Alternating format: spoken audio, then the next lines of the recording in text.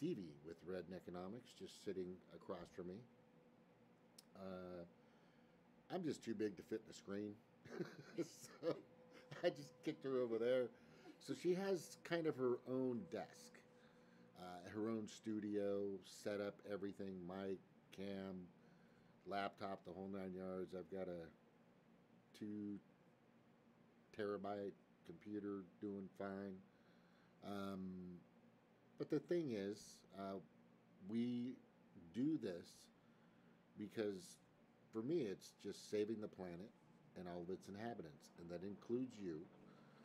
We want what's best for our kids in the future. That we want them to be able to live and breathe and play in the rivers and lakes and oceans, um, soil and everything that we had, or at least I had for sure. And that's our goal. That's really our goal. And we want people to be able to be free and have the rights. You know, you have your inalienable rights, which I believe are starting to be completely torn apart. But tonight we're going to talk about that later with some censorship. First, we're going to go over some propositions and who's voting for who and what and where. Um, do you have your measures pulled up? I couldn't find any measures, which is interesting. Yeah, I couldn't either. And the thing is, I guarantee you, if I show up on that day, that there are going to be measures on the ballot because I did the same thing the last time and I researched and researched and there was nothing there. And then when I got to vote, and then there were all these questions about what I wanted, which, property tax is one of them, abortion rights is one of them. And I'm like, I did not have a chance at all to research this, even though that I looked to try to make sure what was on the ballot. Hey, just to also let you, yeah, that's if you I actually have a PDF up on the processes of voting and how completely unuser friendly the entire process is. Hey, Cheryl's on. Hey, Cheryl, good to see you. You know, we can bring her on later after we're done with our stuff. I just hope you'll stick around for it. I'll try to go through as quick as possible. It's always great to have Cheryl on. But here it is. It's 2020. So we're going to be deciding some very important things. For one, the President of the United States of America, which in my professional opinion and my observations and my research, I don't think that fucking matters. I mean, for God's sakes, I mean, the lesser of two evils is how we're voting. Okay, fuck it, I'll just vote for Biden. You know, and I understand why people want to vote for Trump. I mean, he's saying and doing everything that I think some leaders on this planet should kind of do. Yeah, Ballotpedia, exactly, Cheryl. I went to ballot and saw what was on my ballot. Good for you, good for you. I did too. Actually, I have it up right now. Ballotpedia. Which, my volume's low? Did she say that? Yeah. Oh, maybe I need to Try talk. clicking that one button and see if it works. Let me see here. I think is that better? Oh, it is low. I can see on my thingamajig. Let me get it. I got it far away. That's why. Is yours closer? Because okay. All right, but besides the ridiculousness of POTUS and how fucking farcical and ridiculously unuseful these fuckers are to the 99%. And I need to stress to people, and there's something that always clicks in my mind, but nobody ever gets. When these candidates, especially at the governor, you know, uh, Congress, U.S. Congress, at the higher levels, when they start to talk about the American people, they're not talking about you. They're not fucking talking about you.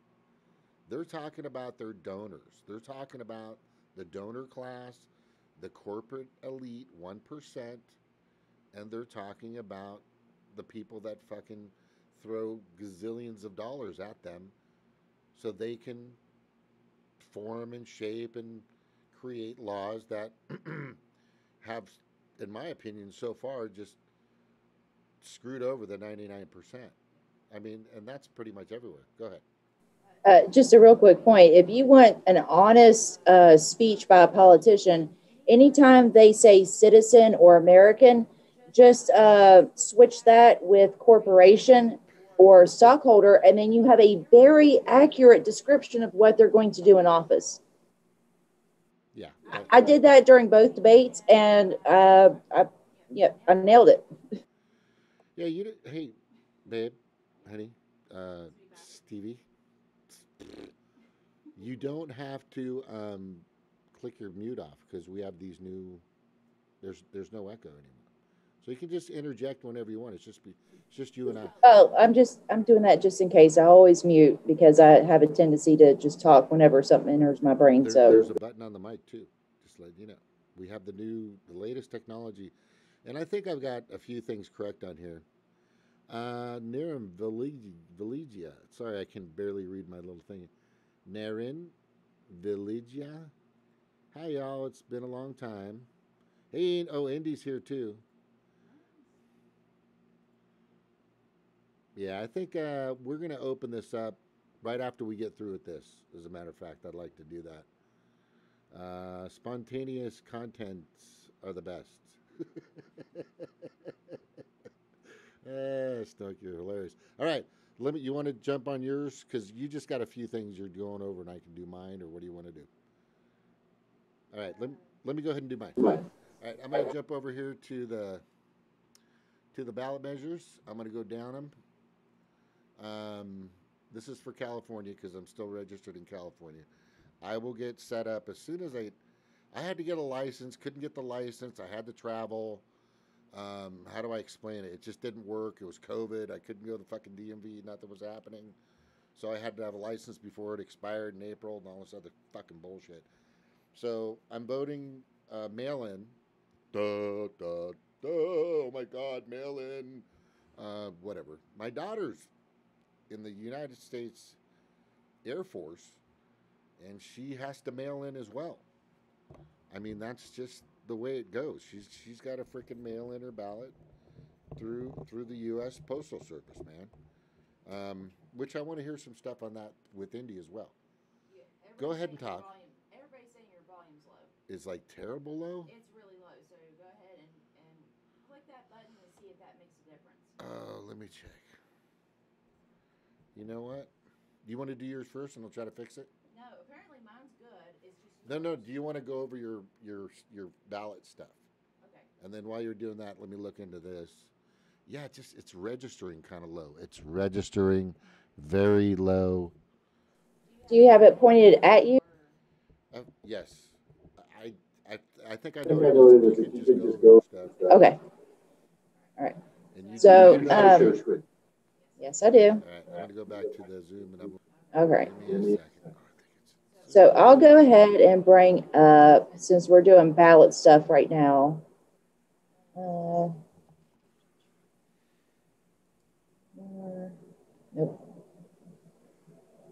Hold on. Share screen. Host disabled participant screen sharing.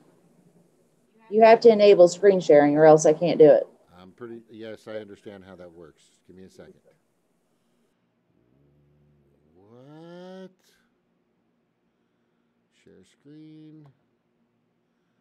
Enter full screen. Snort said rotate the mic. You may be in the contra something cancellation zone. Show Zoom window during screen share. Enable the remote control application side-by-side effects. Sunset notifications. Hey, go ahead and mute your mic. I'll try to go over this as best as I can right now. All right. So as far as the presidential election, so if this is the ballot that I had, right, just based on what they have online, which I know is going to be completely different than what is going to actually be in the voting booth because they're going to have propositions and stuff on it. But this is who, is on the list. Now, there's a couple of different problems that I'm seeing with this so far. And the biggest one is there are no third parties on the ballot. I don't know what's going on with the Mountain Party, which is a branch of the Green Party, but they didn't even put any candidates against these people. I mean, those are people that I would have checkmarked regardless of who's running as a Republican or Democrat. And yet they didn't even run anybody against these people.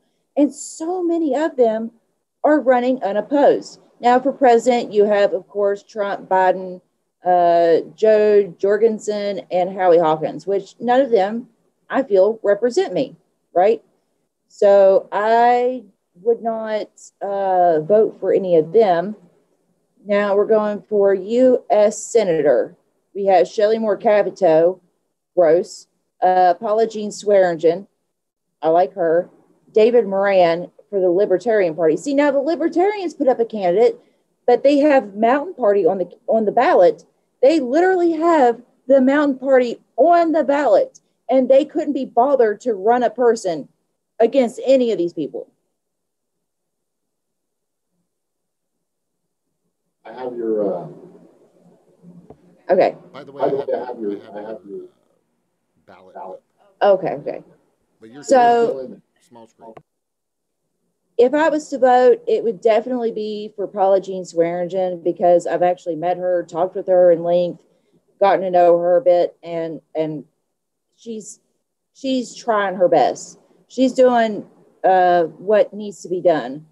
And as far as Shelley Moore Capito, she has a history of corruption. It runs in her family, and she is no different. So I would not vote for her or show her any kind of support whatsoever. I don't know anything about David Moran, but, I know Paula Jean. I would love to see her in office just to see what she would do. And I know that she would try her best. But honestly, her biggest opponent is the Democratic Party itself, which is sad because she is fighting against things that the Democratic Party stands for. She is fighting for Medicare for all. The Democratic Party won't have any part of that. She wants to make sure that corporations are held accountable and that they can't poison our water. And the Democratic Party doesn't want to talk about that. So, her biggest opponent would definitely be the Democratic Party. Joe Biden and Nancy Pelosi definitely would not go along with her platform. That's for sure. And that's why I like her. She barely lost last time. So I'm hoping this time around, maybe, there's a fluke in the system and we can get her elected. It would be nice if somebody like her was representing my state rather than a Joe Manchin or a Shelley Moore Capito. That's for sure. The ultimate goal, it would be for direct democracy, but in the meantime, I would not mind her representing me. Let's see, let's go to the next one. For U.S. House of Representatives, 2nd Congressional District, Kathy Kunkel, unfortunate name, but she actually sounds pretty good. I liked her platform. Yeah, I like her. Yeah. You're the one that actually, James is the one that told me about her.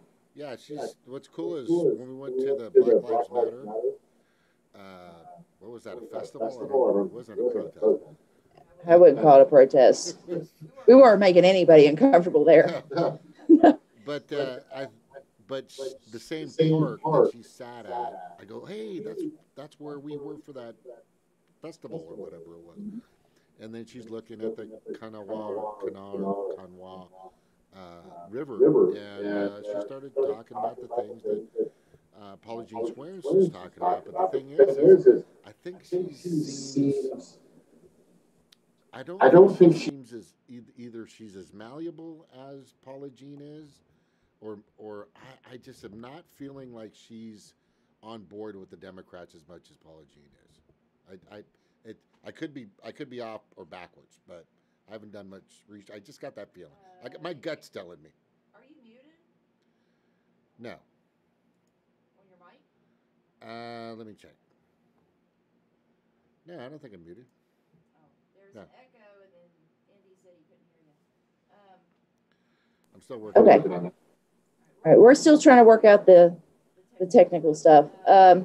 So let's go back to this right here.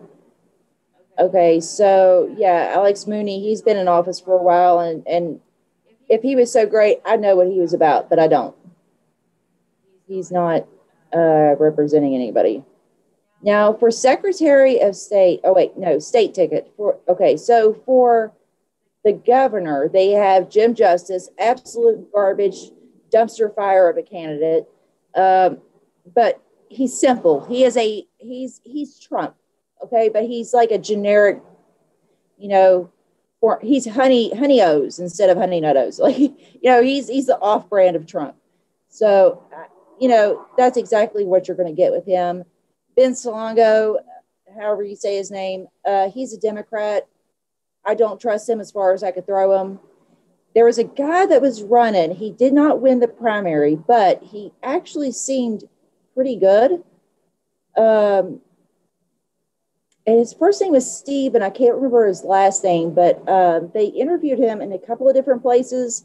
I know, not Uphill Media, but who was that group that Joy was with before Uphill Media? The one with Steve Grumbine, the Real Progressives. When Savage Joy was with the Real Progressives, she interviewed him, and he's actually sounds pretty good.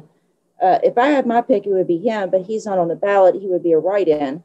Now, at least the Mountain Party has somebody on the ballot for the governor, which is Danny Lutz Jr. I've never heard of him.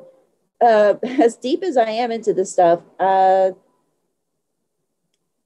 never heard of him. It sounds vaguely familiar, but I could not tell you who he is or what he's about, which is bad because, y'all know how much time I sink into this, research and politics and stuff, and yet I don't know who he is. How bad are the Mountain Party at doing outreach when somebody that's looking for information on them can't find anything about them? So I don't know if it's it doesn't cost anything to tweet stuff out or reach out, but I haven't heard anything. So let's go to the next one. I'll try to run through this real quick. For auditor, now I've researched into this one. Mary Ann Glader, I like her. I'd vote for her. Treasurer, we've got, Mountain Party didn't nominate anybody. I wouldn't vote for either one of them. I would just leave that blank. For Commissioner of Agriculture, I don't care. Leave that blank. Attorney General, definitely not Patrick Morrissey. He is garbage. Him and his wife were both lobbyists before they did anything. So he was a lobbyist for these pharmaceutical companies, him and his wife, and now he's our Attorney General that's supposed to be prosecuting the same pharmaceutical companies that killed thousands of people here. He's in charge of that. And before he did anything with that case, he went through and did tort reform to make sure that they could get off the hook for this stuff. And then he keeps delaying the trial, going against them and suing them for the deaths and the trauma that they've caused here. And he wants reelected now. After all the stuff that he's done, he wants reelected. So yeah, that's absolutely bonkers insane. I don't know why anybody would do that. But he's on there. I don't know anything so far about Sam Brown Petson. I don't know how to say his last name. Say the party, it does. It says Republican and Democrat in the far top right corner. I see that. No Libertarian candidate, no Mountain Party candidate. What the hell are these guys doing? Let me go through because I don't see anybody so far that I'm just like, yeah, I'm definitely going to sign for that person. So the rest of you that. Hold on. Now, look, for member of House of Delegates, 35th delegate district, Moore Capito is on there. Now that's Shelley Moore Capito's son, and we know how dumb and how much of a sellout Shelley Moore Capito is. What do you think her son is like? Do you think her son is better, the same, or worse? I guarantee you he's a million times worse than his mother is. And there's no way in hell I would ever support this guy. Let's see. Do we have any Mountain Party? No, again, shocking. No Mountain Party candidates. 36th District. No, nobody worth voting for. Chris Pritt ran from me when he found out what channel I was running. Larry L. Rowe, he's a, where's that? Larry L. Rowe is a lawyer here. He did private practice law before he went into government. He's loaded, he's fine, and he doesn't get my vote either. Now, Amanda E. Step Burton, she's, I don't know, she's worth considering. My sister knows her and speaks very highly of her. She used to be her teacher, actually. So she's an ex-teacher that's running for office. So I'd be willing to hear her out, but as of right now, I don't know her specific policies to where I could absolutely recommend her. Let's see, is there anything for the 37th district? Mike Pushkin, I've actually talked with him. He's really cool. I mean, I haven't found any faults in his voting record at all. So he'd definitely be one worth voting for. Let me see. Is there anybody else on here? Again. Please state that. What? Please state that there's no Mountain Party. No, like I mean, scroll through, find a Mountain Party candidate in any of this. None of them. So sad. I wish there was. I would love to support the third parties, but there is a lack of third party running. Why is that? I mean, why wouldn't they just throw their name in the hat? What do they have to lose on that? All the rest are just, I think the rest of them. I mean, but that's the only. Those are the only ones worth commenting on. The rest of them, I mean, I would just leave blank. It's seriously depressing. And when it comes to the presidential races, when it comes to that, I mean, y'all know the stuff that they pulled in the past. I mean, but on a local level, you actually do still have somewhat of a chance to get, the person you want elected. But there's just nobody on there worth electing. And Mike Pushkin, I like him, but nobody's running against him. Not even a Green Party candidate that could, out-left him. Why? What do they have to lose from that? But anyway, this is what our ballots are going to look like, y'all. Y'all are going to have a turd sandwich to choose from. And that's not just my ballot. I guarantee you that's going to be everybody's ballot. It's going to look just like that, where you're going to have to pick from the lesser of two evils, and not a single damn person on that ballot is going to actually represent you.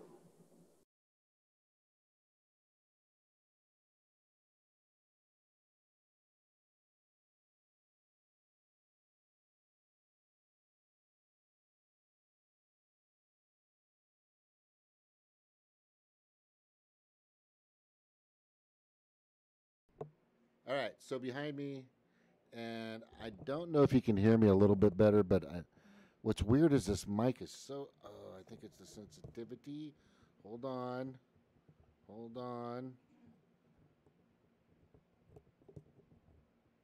Sensitivity,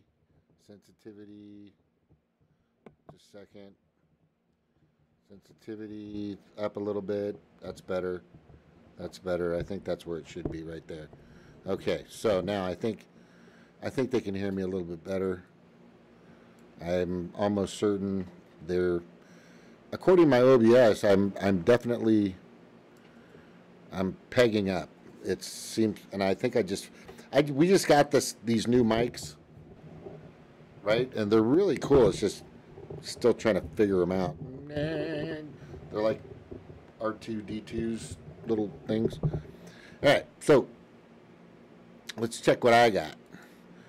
Now, what I have is I can't really find the sample ballot. It's not online, but the major players that I have Let me just make sure I can get everything up here.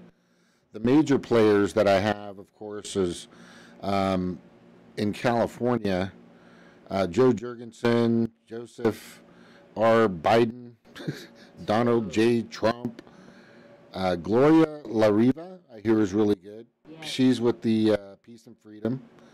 And then we got Rocky de la Fuente Guerra.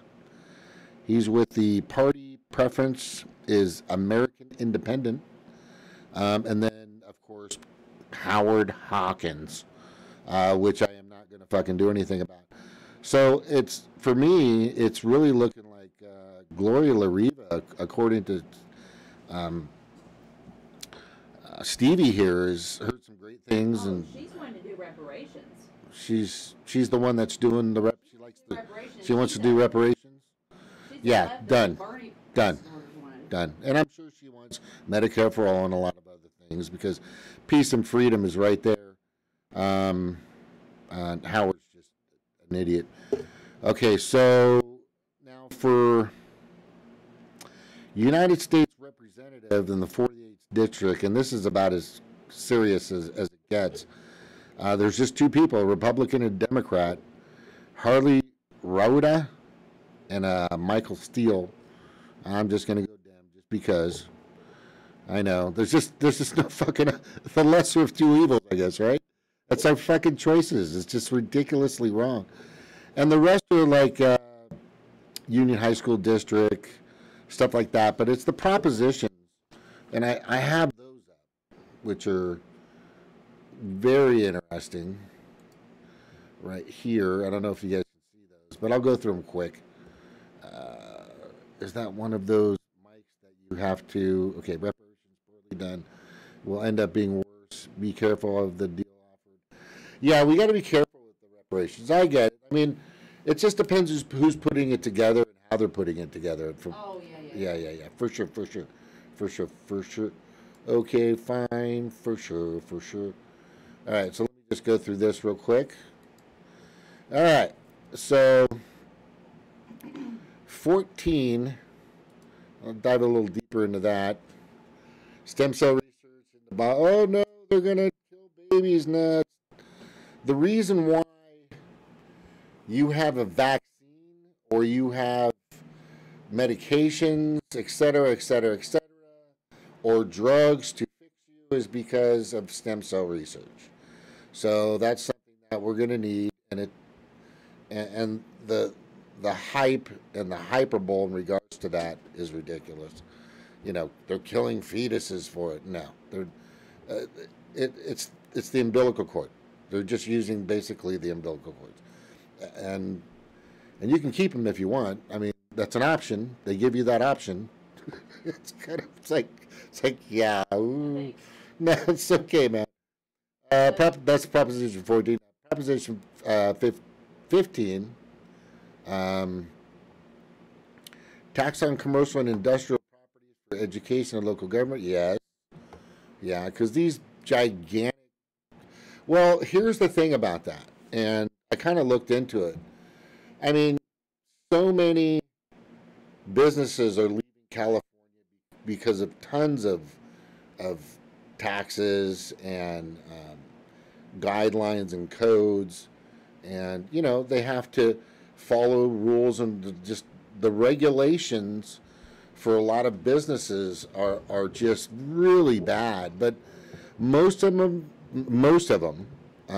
some of them are ridiculous. Most of them are you know, to protect the streams and the rivers and the beaches and pollutants and chemicals going into the ocean, etc., which I get. So that one, yeah, you know, I'm still kind of thinking about that. Let's go to Proposition 16. Repeal Proposition 209, Affirmative Action Amendment.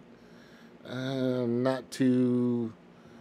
Let me see. A yes vote supports this constitutional amendment to repeal Proposition 209. It was done in 1996, which stated that the government and public institutions cannot discriminate against or grant preferential treatment to persons on the basis of race, sex, color, ethnicity. Right. So... It sounds like they're repealing Yes, that's pretty much it. Which I know it's tough, but It sounds bad. it falls in line with the reparations.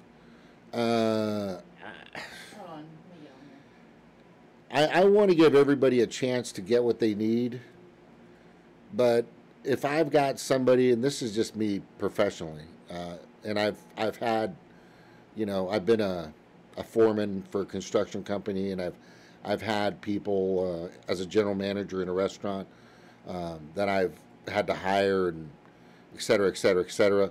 You're gonna choose the best candidate. You're gonna use the person that has a solid interview, good resume. They're punctual. I mean, if some guy shows up in shorts with holes in them and a pair of flip flops, and because he's brown, black, whatever color besides white, sorry. I mean, I want that person that because I have to uphold, and I think people understand that. So I'm actually going to yes on that. I'm sorry. I'm just going to yes. So, Yeah. yeah, on that, You wanted to say? yeah, I just wanted to touch real lightly on that. Okay.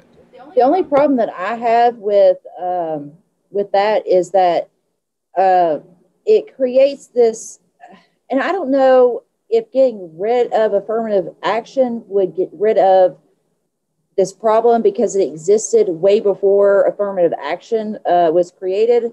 But the fact that whenever anybody, any person of color achieves anything, they chalk it up to affirmative action. Well, that's just affirmative action working. Well, it's not the best and the brightest. It's just, it's a reason. It's a thing that racists use to deflect from black accomplishments, which is bullshit. I mean, before that, though, they were even doing it before that. They were taking the accomplishments of the black community and claiming it as their own. So I don't know if getting rid of it would hurt or help more. So that's something I definitely have to research more. But that's my problem with it, is I don't want to give any of these racist assholes any reason at all whatsoever to, take away from black accomplishments. But if you take it away, what happens? Does that mean that there's going to be less diversity in the workforce? Because that's bullshit. So I don't know. We'll look into it some more. So Indy said, I'm not voting, but Snork kind of is hitting it on the nail here. I have never seen where affirmative action hasn't made it worse for the upper level jobs.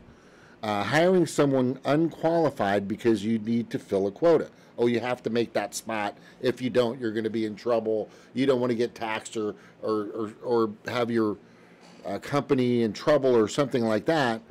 And you put somebody in there that doesn't do the job, basically. Yeah,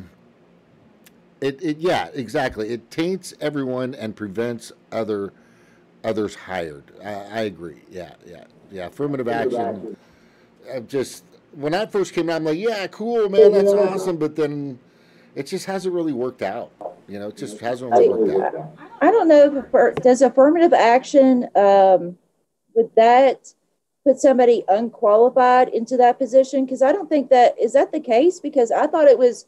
It depended on people with the same qualifications. If you're looking for a job title, that certain job title. I mean, we're not putting just any old black person as a doctor. I mean, they still have to go to school. They still have to do all that stuff, right? So that's what I'm wondering is does that really mean that we're taking somebody completely unqualified for the job and putting them in that place just to fill a quota? I mean, I don't think that. Yeah, but anyway, we're getting too into the weeds with this. I'm going to try to brush through this a little faster, but the point I'm trying to make with that is just, look, like I said, guy shows up in shorts, flip flops, t-shirt. He's not getting the job. I mean, that's just disrespect to the position and what I'm trying to do. So that's not going to happen. And if he's purple, green, black, brown, doesn't fucking matter. It's just not going to work. Let me see here. What else? Let's go back.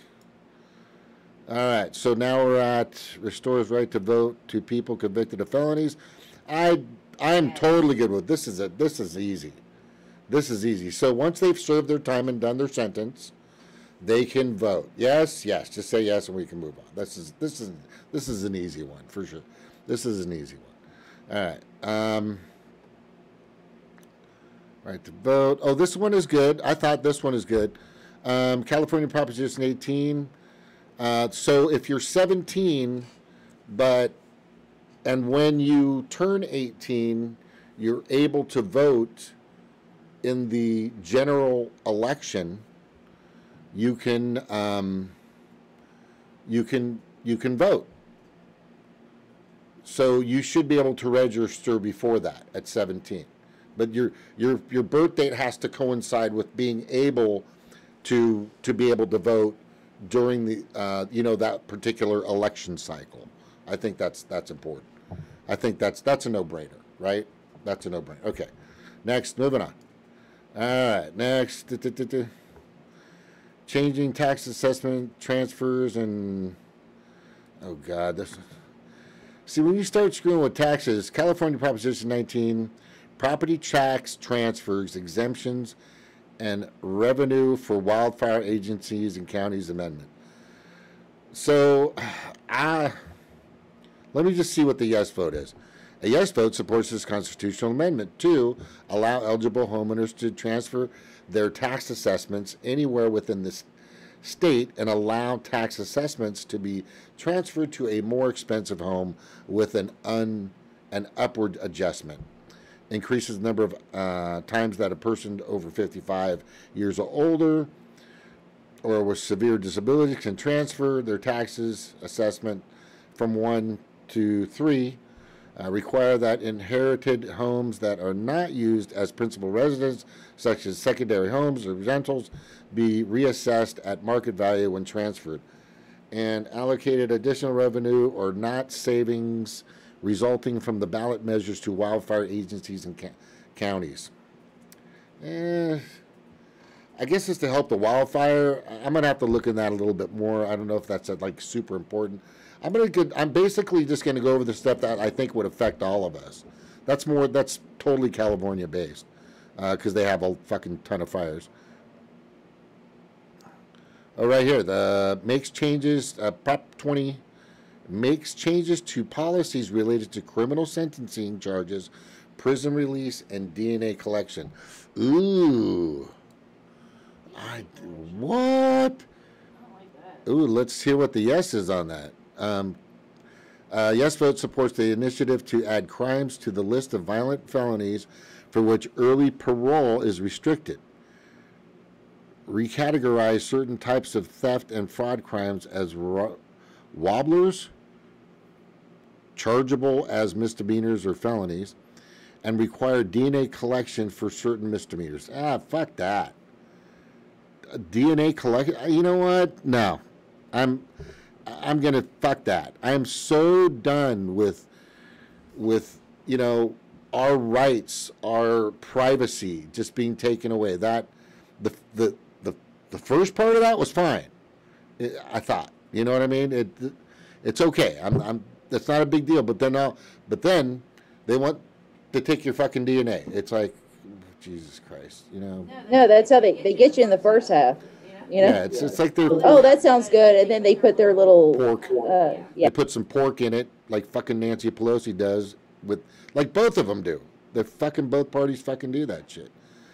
Let me see. 21, expanding local government's power to use rent control. Yes, that's a yes by everybody's doing this across California.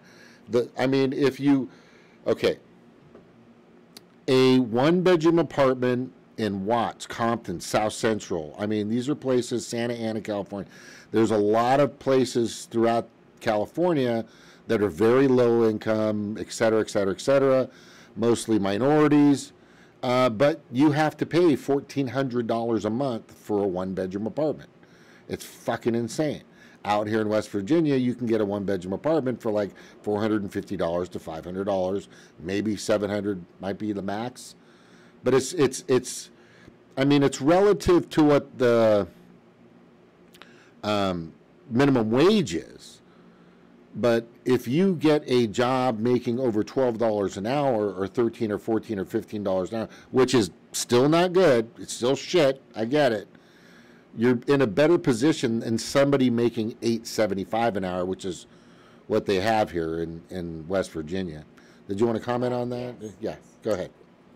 Well, my best friend, when she was a manager at a fast food restaurant, she could barely make enough money to pay her bills, and that was, borrowing from Peter to pay Paul.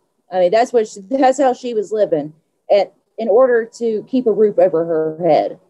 And that was just her. She didn't have any kids living with her, no grandkids, nobody else. It was just her taking care of herself, and she could not keep a roof over her head because, I mean, it's not that the rent was so extravagant, it's just that the pay is so damn low. The pay is so low. When you think about an hour of your time, I tried to tell this to my sons. I said, because we were talking about chore money. I said, do you know how much, because, he did some chores and he's like, well, I want $15. I said, buddy, let's slow down there. I said, I want you to be prepared. So I want you to know that if you get a job, here's what you're going to have to do in an hour in order to make that much money or make half that money. And he was just like, what? I mean, his mind was blown because he's just like, I got to do all that just for that little money. Yeah, that's exactly how this works. In no state can anybody working a minimum wage job afford a 2-bedroom apartment. That's it. It can't happen. It cannot happen. And most of those people on top of that can't even afford food or their utilities. They're on some kind of, on multiple or some kind of government assistance, whatever's available left that they haven't already taken away from people. But yeah, that's how that works. Even here with pricing low, with housing prices as low as they are, I mean, people in California would drool over the prices that we pay here. But when you come here and you start making $8.75 an hour, you see that it's the exact same thing that they have in California. That it doesn't add up. You just don't make enough money.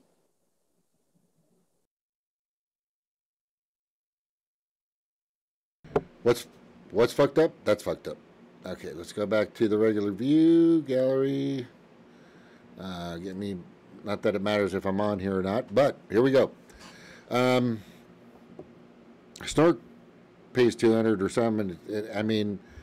Wyoming, that's where he's Iowa, right? And there's just states out there that I don't know. Here's when you're looking at what the state produces, and this is a factor. When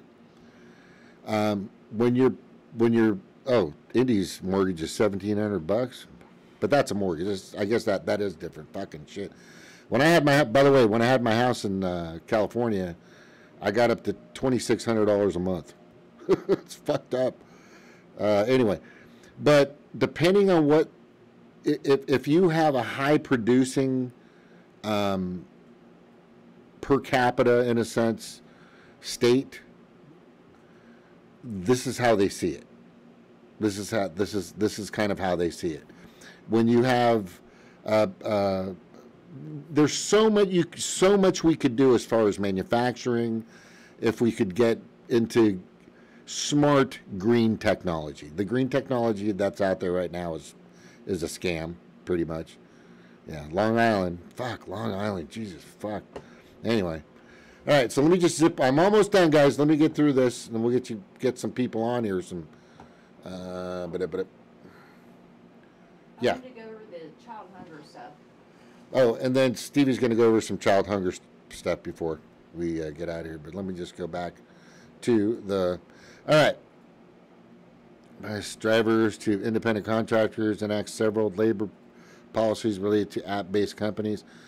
So this is like an Uber and the what's the other one besides Uber? Lyft. I just have Uber. So yes vote. So California Proposition 22, app-based drivers as contractors and labor policies initiative.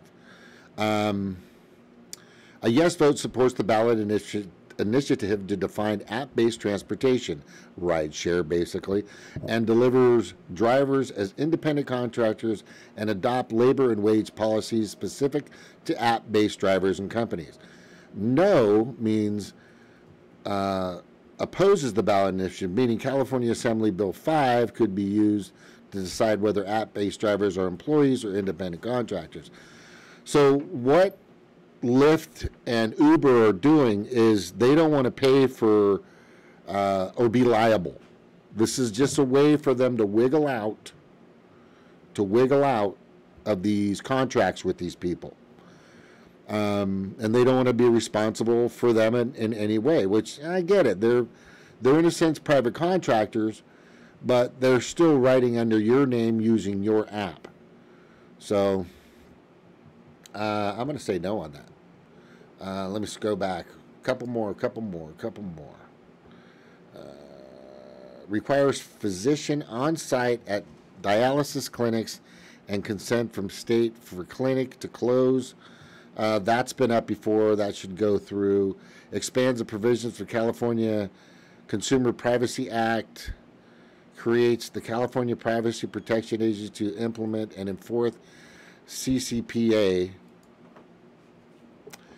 Let me just read it over. A yes vote supports the ballot initiative to expand the state's consumer data privacy laws, including provisions to allow consumers to direct businesses to not share their personal information, remove the time period in which businesses can fix violations before being penalized, and create the Privacy Protection Agency to enforce the state's consumer data privacy laws.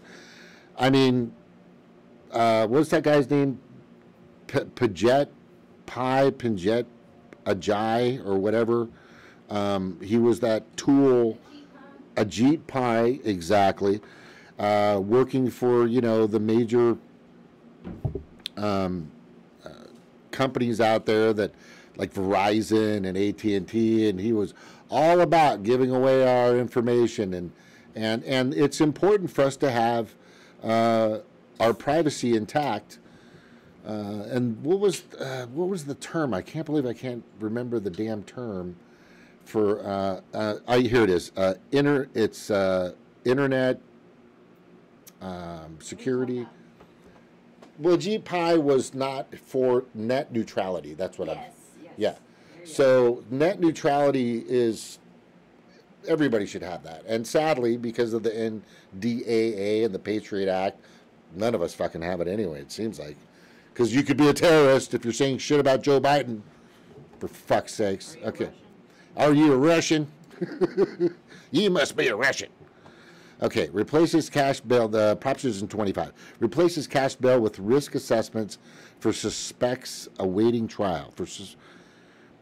So this is like a Bernie thing, right? Replaces cash bail with risk assessments for suspects awaiting trial. So a yes vote is to uphold the contested legislation, Senate Bill 10, which would replace cash bail with risk assessments for detained suspects awaiting trial. So they're wanting to get rid of cash bail, which is honestly. Yeah, that's such a big. I mean, I've been in a few times. I've been in a few times with the first person you meet when you leave county, it's called Main Jail in Santa Ana, California. And when you get out of there, the first thing you're going to meet is a bail bondsman. And there's like 10, 15 of them just lined up, coming up to you, and they're outside trying to get in touch with friends and family. And it's just a fucking, it's a menagerie. A no vote is to repeal the contested legislation, Senate Bill 10, thus keeping in place the use of cash bail for detained suspects awaiting trial. Okay. So my question with that is how the assessment of it. Yes, who's the one that's assessing that? Because does that mean that instead of us being able to come up with some kind of money and being able to get some people out, does that mean that they're in charge of who gets out? Which means that, I mean, let's face it, if the rich and powerful are in charge of who gets out, we're not getting out if we get locked up. So I'd like to know a little bit more about who's in charge and how does that decision get made? Is there a certain criteria for that? I'm going to bring up Stevie's Save the Children. I can't even fucking believe this is happening in the United States. I mean, when you brought this to my attention, I'm like, are you fucking kidding me? Seriously? Are you fucking kidding me? Right? And I mean, this is actually happening. Did you want to go over the site first, or you want to talk about it first? So, because I know everybody's seen those commercials online for, Save the Children. For just the price of a coffee each day, you can save a child that's living in poverty in Ethiopia, or some, they have the children that they show with the flies buzzing around, or they're, in some polluted waters or something. It's just really sad, it's a very sad situation, and that we're supposed to help them. That's what we tell our kids, right? Oh, you better finish your plate, or else, because there's starving kids in Ethiopia that doesn't get to eat. Well, now, guess who gets those commercials made about them? Good old America. We are the ones that are getting the fund set up. The richest country in the world, right? The richest country in the world now has Save the Children, setting up a fund in order to get the children in the richest country in the world fed. Yes. Are you showing the website? Yeah, I did. I just took it down, but want me to put it back up? Yeah, please. All right. It's up. Go ahead. Okay. So we're looking at, is this the Save the Children? Child hunger in America, child hunger rates in the U.S. So across the United States, families are struggling to feed their children healthy meals. Fresh fruits and vegetables are expensive, and many communities do not have full-service grocery stores that stock fresh produce. Now, I've been in that situation. I've been in a place where I could not get to a grocery store that sold fresh fruit and vegetables. All I had was gas stations and the dollar store, which the dollar store does not sell anything like that. So for more than 6.5 million U.S. children living in food deserts, areas that are more than a mile away from a grocery store, eating healthy isn't an option, and malnutrition is a way of life. Every child deserves a chance at a healthy start. To help combat hunger and malnutrition right here in our community, Save the Children has designed programs to promote healthy habits for kids in America. Our Healthy Choice program exposes children to healthier ways of living through activity, nutrition, blah, blah, blah, blah, blah. So we are that country that we used to point to and say, you better eat your food because there's starving kids in that country. Remember when we used to say, like, oh, well, don't drink the water in Mexico. That's now us. That's now America. Americans now can say that. Yeah, we're not going to let Mexico show us up on water pollution. No, America, number one. America, number one. We don't feed our kids. Richest country in the world. Richest country in the world. And we can't feed our kids or have clean drinking water or health care like every other, country does. Israel, the people that we give money to blow up other people. We give them money. And they have health care. They have health care for all. Do we get that? No, because America. Now, I know somebody right now that went through this with their health care. That we try to get her prescription filled at a different pharmacy, and it was going to be about $800 to get her prescriptions filled. Now, she took those same prescriptions to a different pharmacy, and she ended up paying about $200 with insurance that she pays hundreds of dollars every month for. On top of that, she was expected to pay a couple hundred extra dollars to get her prescriptions. Meanwhile, her job is not giving her a paycheck.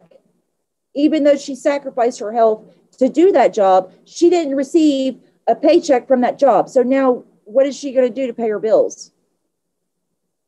I mean, do you want to live? Do you want your prescriptions? This is what America looks like. And no other country, to my knowledge, has to do this stuff. I mean, if you get an itemized bill, okay, you get a bill from the hospital, right? You have to go to the ER, you cut a finger off, they had to reattach it, okay? You'll get a bill. That bill will be for $900,000. If you go back to that hospital and ask them for an itemized list, do you know what you'll get? A much lower bill. They will cut that bill in half if you ask for an itemized list. You know what that is? That's called extortion. That's extortion. How is it that when you ask for an itemized list, every single time that price goes down? Every single time. So, I'm sorry, I mean, charged you here. Oh, yeah. Oh, I'm sorry. Oh, we don't really charge for this. Somebody made an error. Yeah, but what they will do is keep that $20 Tylenol pill on your bill, even though you could go to a store and get that for way cheaper. The same thing that the person I know is going through with her prescription and getting it filled either at one pharmacy or another.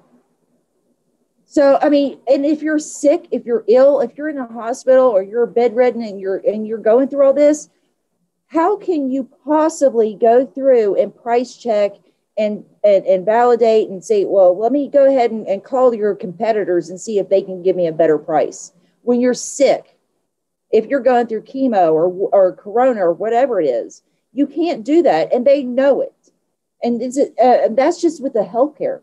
I mean, we're not even talking about the judicial system or anything like that. I mean, that's just with healthcare. That's how corrupt the healthcare system is.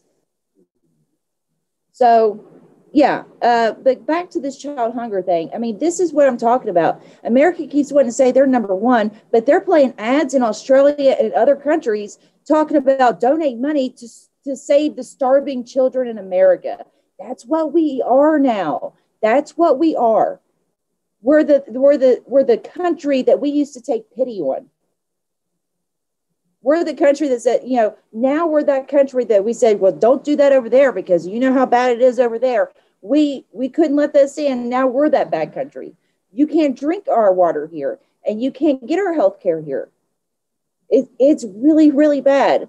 And I just don't understand how there's anybody left on this planet that still thinks that, yeah, America, number one. I just don't understand it. Those people are long gone, and I do not even try to reach them because they are living in a totally different reality than the one that we're living in. By the way, check your Twitters. Is Indy still on Twitter? I haven't looked. I was on a rant. Okay. I think he's still up there. Who's in that group? Let me see here. Tech, God bless his heart and his soul. I know. Dominique's in there. Taylor, Tibby, Rebel. God, I miss her. Let me see. I could send it to Indy. I'll send it, via Facebook? Yeah? Okay. Oh my God. Hold on. So Snork said that he lost his student because she had 3 jobs part-time and could not afford to feed her and her kids and go to school. But the thing is if she would have had the chance to finish that degree, she would have provided a much better life for her and her kids. But she was denied that opportunity because because she was born into a certain circumstance to where she had, she couldn't afford college. So what, she's supposed to go out there and risk her life and limb and join the army? And leave her kids without a mom so she can go and afford college and come back and go through college? I mean, this is all so screwed up. I'm sending it to Cheryl, too. I don't know. But rich kids, they get to go to college, right? They get to go to college. I mean, no matter how stupid they are, they got somebody to pass the SATs for them. They can buy their way into college. And people like her, well, I guess she's just going to have to work at McDonald's the rest of her life. Sad. I don't know. What's Indy's name? Indy, type in your...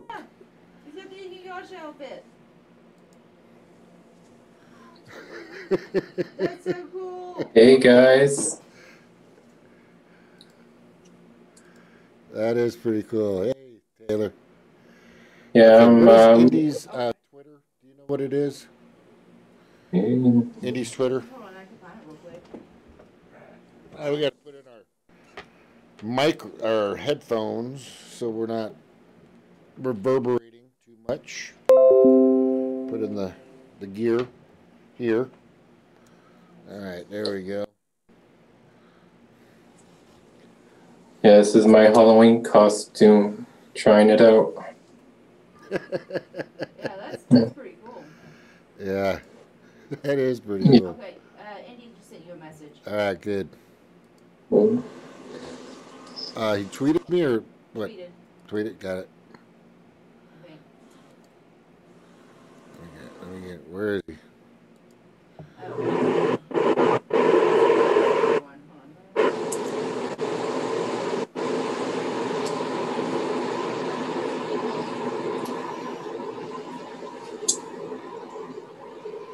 I don't see him.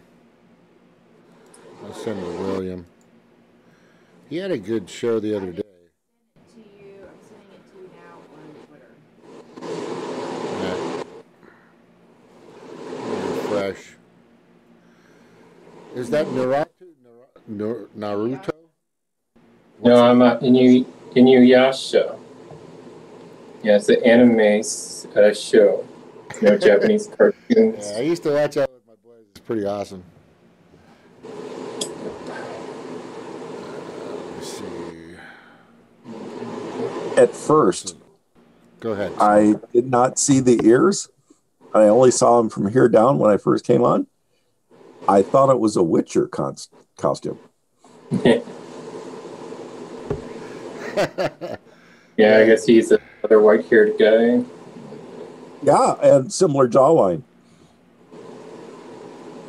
So, fits somewhat look like Henry Cavill. So, with the silver hair. Yeah. And see him, these are dog ears, so I'm like a half human, half dog, a demon character. Inokami? Yeah, his name's Inuyasha. Oh, okay. Mm-hmm. Inuyasha. Yasha. How do you say it? How do you say it? Inuyasha, so it means like a dog demon in Japanese. Okay. Oh my gosh.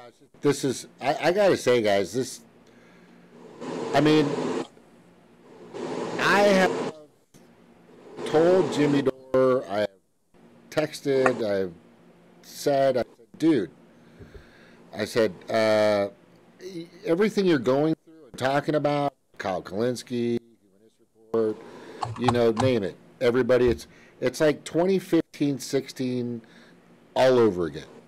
It's like a fucking broken record. It's like we're going through the same fucking thing. It hasn't fucking changed.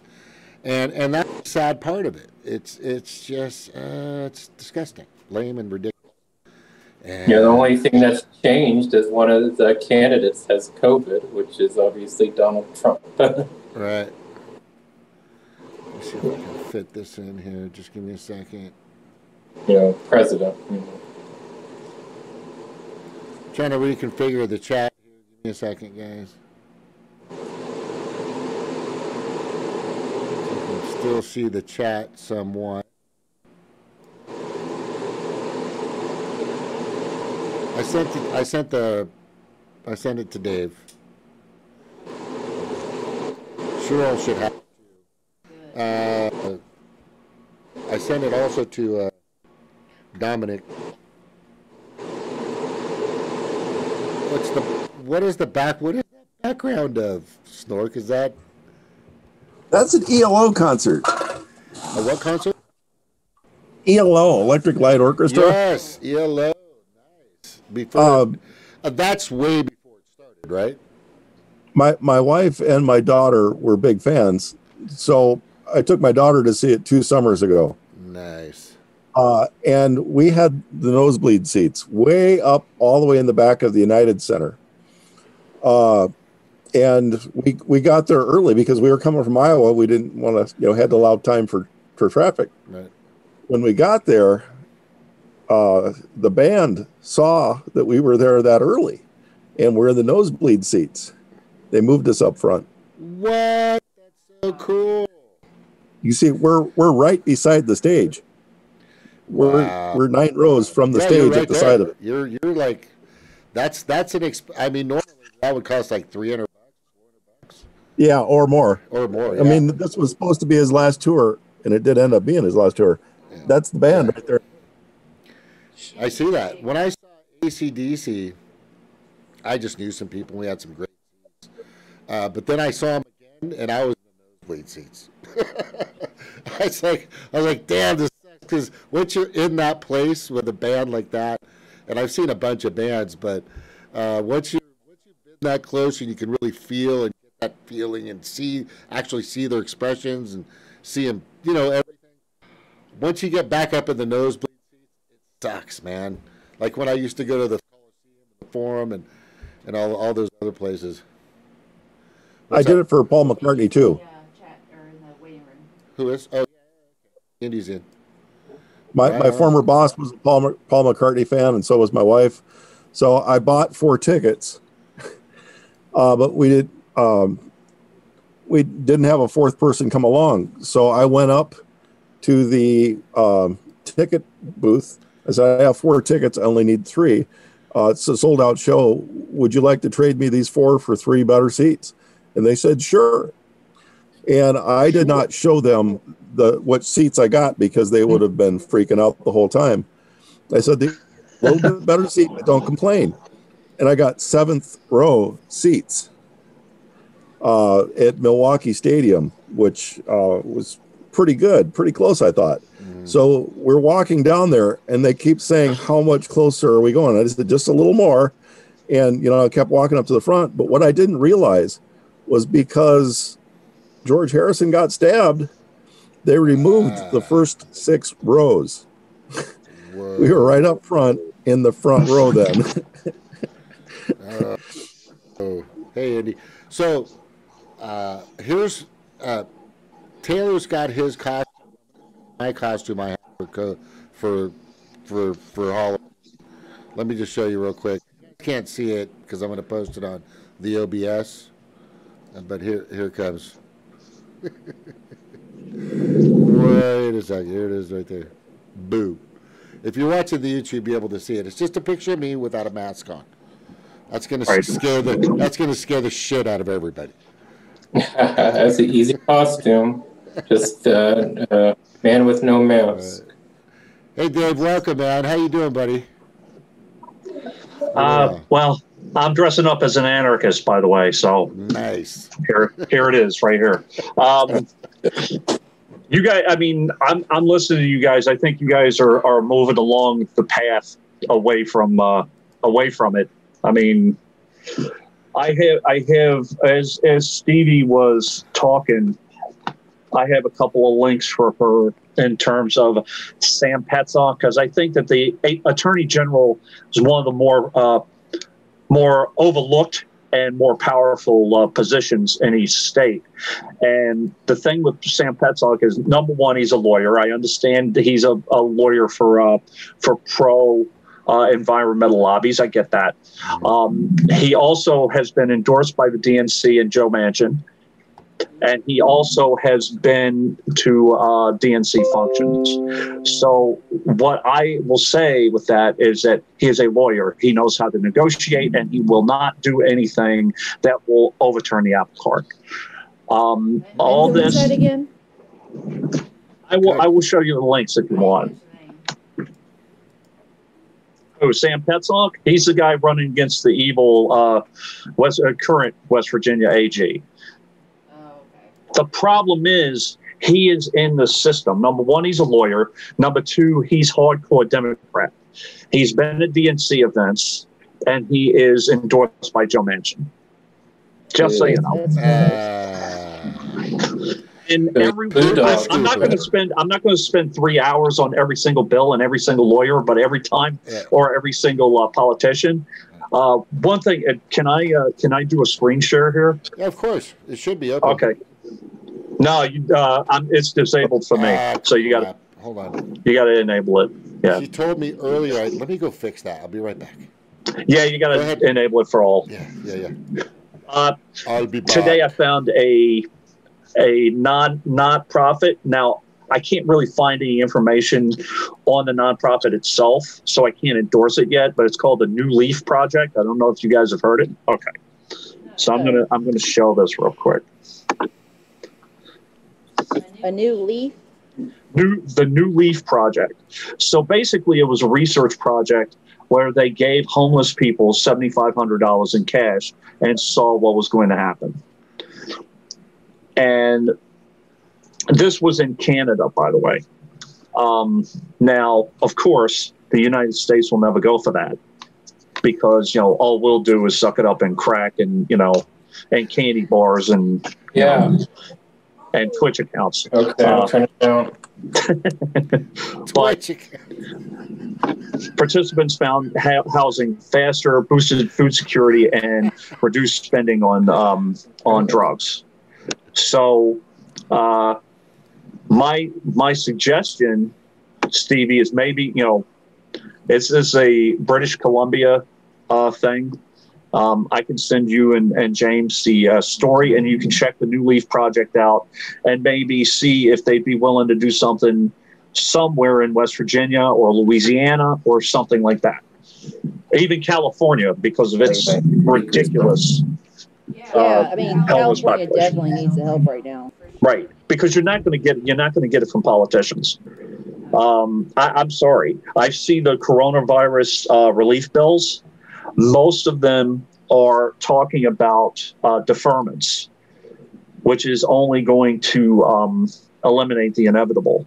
But what it also does is some of these relief bills will eliminate interest payments for the hardcore, rich landlords. So there's one in Boston. I was in Boston recently, and I heard about this. So any bill that is presented to me, I always say, what's the catch? Always. Oh, yeah. And you know how I feel about it. I'm not going to vote. I'm not going to support any politician. And in terms of Biden versus Trump, you have one who's currently president who has been accused by 27 women of sexual assault and or harassment. And I believe Biden was accused by 9 or 10. So what? Biden's better because he was accused by 9 or 10 instead of Trump. No, it's a race. It's a race. I think it's the lesser of two evils. Right. Yeah, who's raped the less people, the least amount of people. Just like with regular polling, you can't. There's an accuracy issue. When it comes to somebody being a vice president of America, you have an intimidation issue. If 10 came forward, there's probably 20 or 30 who didn't. Correct. So we're, 20 to 30 of versus Trump that we know of is probably equal to 20 or 30 Biden that we know of. And on top of that, now we have the Supreme Court race, which I'm not going to get too much into. But now Comey Barrett, the one thing that I cared about her saying was that she would not recuse herself in case of a Supreme Court case involving the election, which is absolutely ridiculous. Plus, you shouldn't be having this hearing until after the election anyway. So you have a woman who's talking about pricing abortion, out of people's reach. And then you have 2 guys who are accused of sexually assaulting women. And by the way, I have no hardcore proof in regards to the child sex allegations, other than I believe one woman did come forward and say that she was a teenager when she claims to have been assaulted by President Trump. So, I go with what I see in front of me, not just the theory and the conspiracy theory stuff. That's bad enough. So in terms I don't know what's going on behind the scenes, but I do know for a fact we can see what does Joe Biden do when he's on stage with a female a woman, a child, anybody that's literally not a man, what does he do? I mean, that's what he does in public on stage with these people, touching them and smelling them. What do you think he does behind closed doors? Or what do you think he did back when he still had two brain cells rubbed together? And I understand it, but what does he do to kind of protect himself? Nominate a woman for the vice presidential nomination that, by the way, did not indict the pedophile priest. I believe it was in San Francisco when she was AG. This is all, this is all a game. We can't, I mean, national, I think everybody agrees it's a shit show. I'm shocked that anybody is gonna vote on the national, but it's the state and local, which I understand. I understand where people go and, maybe this resolution will help and maybe that resolution will help. If you insist on voting on anything, make sure you read the entire damn bill. And by the way, you're muted, Stevie. Yeah, and so I know that you follow this stuff closely. Yeah. As far as like the local elections, when it comes to stuff like that, I mean, do you know what the integrity is like when it comes to voting? I mean, we know what it's like on the presidential level, what they do with those votes, but on a local level, is it state by state, or is it just like corruption, like throughout, or? You look at the Green Party, the Green Party candidate Sherry Honkala when she ran, and I mean it is everywhere. We had when I was in the Green Party, and by the way, I don't endorse them now because I totally believe that they were co-opted by the Democratic Party. But when I was in, there was a giant scandal where people would come say they were Green Party candidates and they were actually Republican.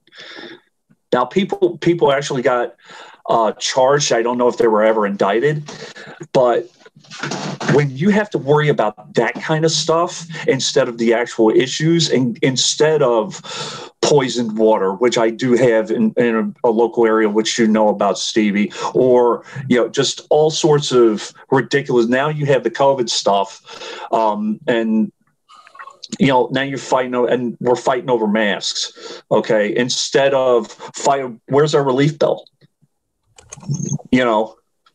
Trump says he's not going to do it until after, the Democrats going to swoop in and say, "Come on, it's a show. It's a bullshit show." If somebody came up to you and said, "Hey, give me $50 right now, okay? You give me that $50, I swear I'll come back with a big flat screen TV. You just got to give me that." You got to give that up to me first, and then I'll come through with my promise later. Going back to local. Here's how I knew. Okay, when we did have town halls, and we don't, we haven't for a while because of the virus.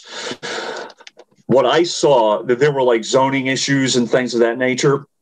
When an individual wanted to get something rezoned or built an addition to their house, or get something zoned for, or a variance so they could rent, they had to be on point. They had to pay every single fee, every single thing. They had to know everything. They had to do research on everything.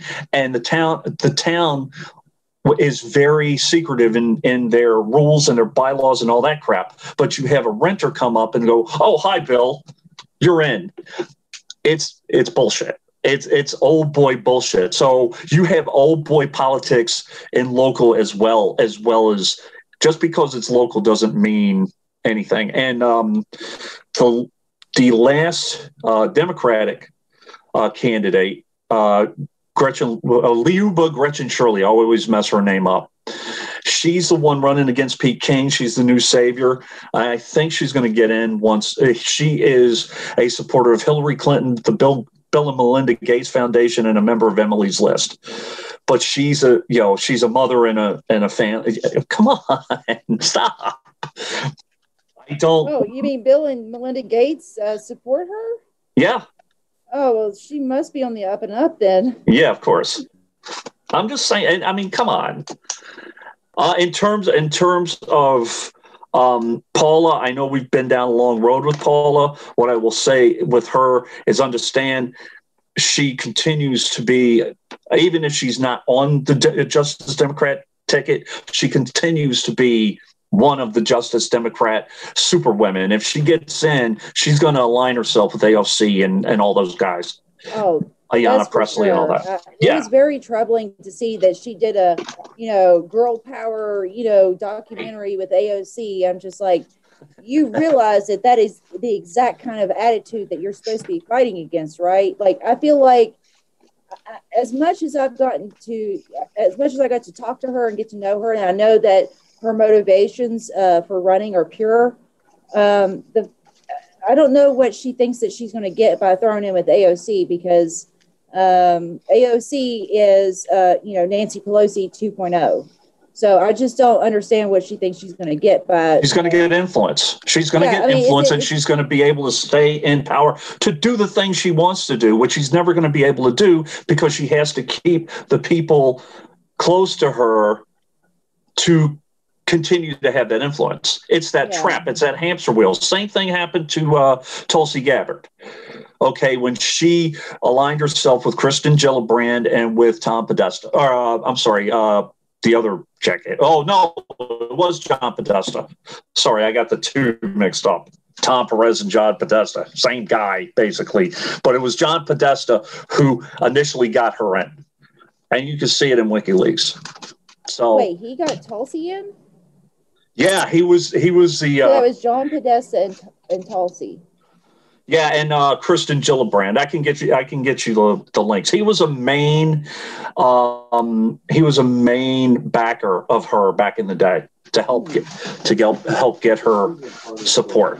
Yeah, I didn't know about that. I mean, she was saying some good things, and then she was like, "Yeah, well, I'm going to vote for Biden." I'm just like, hold up, like that completely goes against everything you've been preaching. So that right there, when she threw her name in behind Biden, I knew. I didn't know about her being in the WikiLeaks. Yeah. So yeah, it's in WikiLeaks. And by the way, I mean, a few years ago, I thought about doing a show on WikiLeaks. The Snowden docs, they were covered very well by Susie Dawson and by Elizabeth Leah Voss. But the thing with that is they went so in depth. I'm thinking maybe do a primer, just quick bites that people can look at and get a general idea, because some people don't even know who Julian and Ed Snowden are, which is amazing to me. They still don't know. And I went online to see how many people actually did pieces on them and did coverage on their documents. There's nothing. So I'm going to consider starting shows up. That's an exclusive, by the way. But the thing is, I thought about doing that before, and then my computer went to shit. So we'll see. Let's see if my computer goes to hell.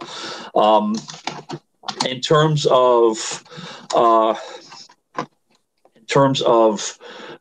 don't know if you want to go to the social media stuff. What I will say to anyone who is considering to go to an alternate site, any one of these sites will probably currently lean to the right. What I will say is, if a site doesn't censor, you have the right to go on that site and change it if you want to. So don't just not go there. You can do what they did with the Proud Boys hashtag, right? Because it used to be for Proud Boys, and then they took over the hashtag for, and then they started tweeting all these. Yeah, they started tweeting all these gay pictures to make Proud Boys for like the gay community. So I mean, you could do that with any kind of website. So I mean, that's the thing. Is like if your voice isn't being heard on a certain platform, put your voice out there. Like, be that person to represent. I mean, because if somebody else gets on the website and say, "Oh my gosh," there is other people out there. There are other points of view on that website, and that will bring more people in to where it's a free and open space for everybody. Personally, Deb and I, we're going to Minds and MeWe. MeWe is going to be the main focus for now. I think it's the most established and the best for now. I'm going to stay, and we're going to stay on Facebook until we're completely kicked. But what was the name of it again? MeWe, MEWE. and Mines is the other one. I think this happened to Holly too. It happens to a lot of people. Oh, and James, Stevie, if you guys have a Facebook group, like a Monotalk group, just understand, make sure that you have multiple admins on there, because James, let's say you are the only admin of your group and you get kicked, anybody can jump in there and become admin of that group and co-opt your message. Just so you know. So I know hasn't happened yet, but I've seen it happen to others. Yeah. Yeah.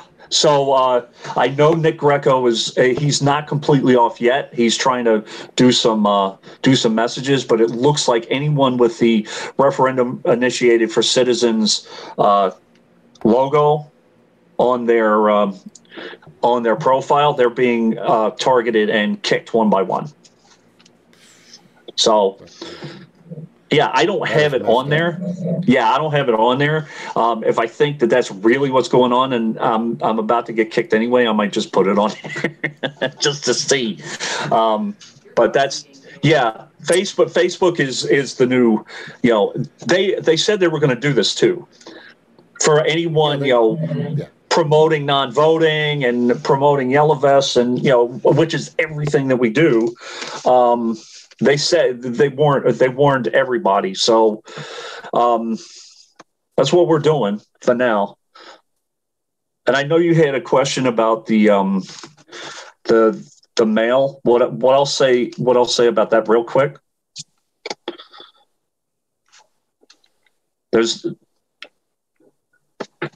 I don't know if you can hear me. Raise your hand if you can hear me. No, I can hear you. No, okay. You mentioned earlier, about we shouldn't, or the Republicans, and the fucking Senate hearings are always a fucking dog and pony show. I mean, they could have not had a hearing. Does anybody know that? They didn't have to have the hearing this week. They didn't have to. Yeah, they could have said nope, we're not going to fucking do it, and they could have they could have gone back and forth with it, and then they could have postponed it, but they still fucking did it. And the thing about it is, and Stevie I think is getting it set up so you guys can hear it and see it, is the Republicans want to push this through now. The Democrats are no, wait after the election, like you said, which I think is, I guess, the best idea. But honestly, I don't even know if it fucking matters at this point. But the thing is Democrats in the past have done the same thing. Do you wrap it up? They've done the same thing. They want to push whatever person they have. They want to push them through. It always happens that way. And what is Snork? Are you okay? What are you doing?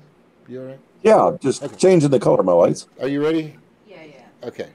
He's losing his arms. And I think she's going to. There you go. The American people deserve a fully staffed court of 9. The president nominates, and then the Senate advises and consents or not, but they go forward with the process. What we're seeing here, and I hope this is temporary, is a disrespect for the Constitution. The Constitution is 100% clear. The President of the United States has the right to nominate someone to be a justice of the Supreme Court. Senate's function is to hold hearings and to vote. The blockade on filling a naturally occurring vacancy, in my view, is harmful to the independence of the Article III branch. You cannot keep a seat on the Supreme Court, which represents all of us. You cannot keep it vacant against the Constitution. Do pretty much everything they can to avoid acknowledging the legitimacy. Thank you very much. So the point of the matter is it always goes this way, Dave. And I know you know this, and I know Snork knows this, and Taylor, I don't know what you're doing, putting on a new costume, who knows? And Stevie knows this as well. Is it's very simple. It's all about what they want and they need and what they're driving for. So, but they're gonna paint the other side, and it's always the other side. It's not one other side. It's not one others or two other or three other sides. It's just that other side that constantly does the blame game, points the finger game, and it's just fucking ridiculous. I don't know if you guys heard about my nonprofit I started. By the way, it's non-party voters. I think we should just fuck the parties and just be able to write in your vote. And I'm trying to advocate for an amendment to do that. I don't know if you ever looked at it. That's actually moving towards referendums initiated by the citizens. You're moving towards that. A lot of what you guys are talking about is still kind of system, but you're moving in a direction. You're still playing it. It seems like I know. It's Dave. It's so frustrating. You still have to fucking play in their little fucking tiddlywink game. I'm not going to vote, but here's the thing. I talk about getting out of the system. I'm a federal employee, so I'm gonna call myself out on that. I'm not going to walk away from my job, but at the same time, I'm not going to play their bullshit game. By the way, you're talking about the Supreme Court. Merrick Garland and Kavanaugh are very, very similar. Number one. Number two, if you hold Merrick Garland's appointment until after an election, you should, especially given the fact that the length of time he had to wait with no vote, you should do the same thing for this person. The rules should be the same. That's it. And this whole talk about stacking the damn court with three, you can do it. FDR tried it, but be careful what you wish for, because if you do that, what's going to happen when the court is stacked the other way? It always backfires. It always backfires on us every fucking time. The instead of supermajority vote, I think it was Harry Reid knocked it down to you just need a simple majority. Well, how many Republican nominated Supreme Court justices have won by like a tie or by one or two votes? So it really doesn't matter who either party nominates. It's still going to serve the bottom line for their donors. It doesn't matter. We've seen the Democrats put people up. We've seen the Republicans put SCOTUS up, and it's just either way. It still comes down to they're not going to vote in our interest at all. They might say some pretty words like they do sometimes, but at the end of the day, it's just going to be, it's about the shareholders. It's not about us. Right now, one of the things that they're saying is that not only is Amy Coney Barrett going to push towards, making abortion not affordable, but she's talking about obliterating Obamacare, saying it's unconstitutional, which, by the way, was negotiated between Obama and the pharmaceutical company in the first place. So what are we talking about? Well, go back to Obama. Yeah. Really, the whole thing seems to be a theater to me, because it took Trump two days to figure out three ways that he could undo anything. And Obama had all kinds of opportunities. He was a law professor, and he couldn't figure this out, especially because his area was constitutional law. So the first one was Trump's. They were going to say, we're going to hold your votes, and Trump says, first word that you say, you're going to hold the votes. I am going to suspend Senate, which is one of his rights. So it'd be a completely legal appointment. He says, while you're suspended, I can appoint him anyway. Do you want to go down that route? That ended that. Obama had the same ability to say that, and he didn't. Obama had one other thing that Trump did not. The Senate accepted his nomination for advice. And they said, we are not going to issue a ruling. Now, think of that, what that meant. I'm not sure if I have the wording exactly right. But he had to submit to them for advice and consent. Their consent was, we're not going to vote. That point, that person should have been sworn in that moment. That was the Senate saying, we don't care, go ahead. Right. That's not the same as saying you can't have them. They didn't have that right. They only had the right to have a hearing and say yes or no. Since they said we're not going to have a hearing, that was an automatic pocket appointment. So he actually could have been Supreme Court justice at that time. Obama only didn't get a Supreme Court justice because he didn't want one. Yeah, they don't want to be responsible for that. That's for sure. They don't want to be. They don't want to be the ones in charge when the corporate shill gets elected. They'd rather put that off when a Republican's in office. They can vote alongside with the Republican, and then they say, "Well, nothing we could do. I mean, our hands were tied," and they don't get any of the blame. Any of the blame for putting that person in office. Oh, Amy Coney Barrett will be appointed no matter what. I know that. You know what I would love to see? That this hearing actually did get suspended for whatever reason, because you have a knucklehead president running around with COVID, infecting his own constituents, and they can't have the vote.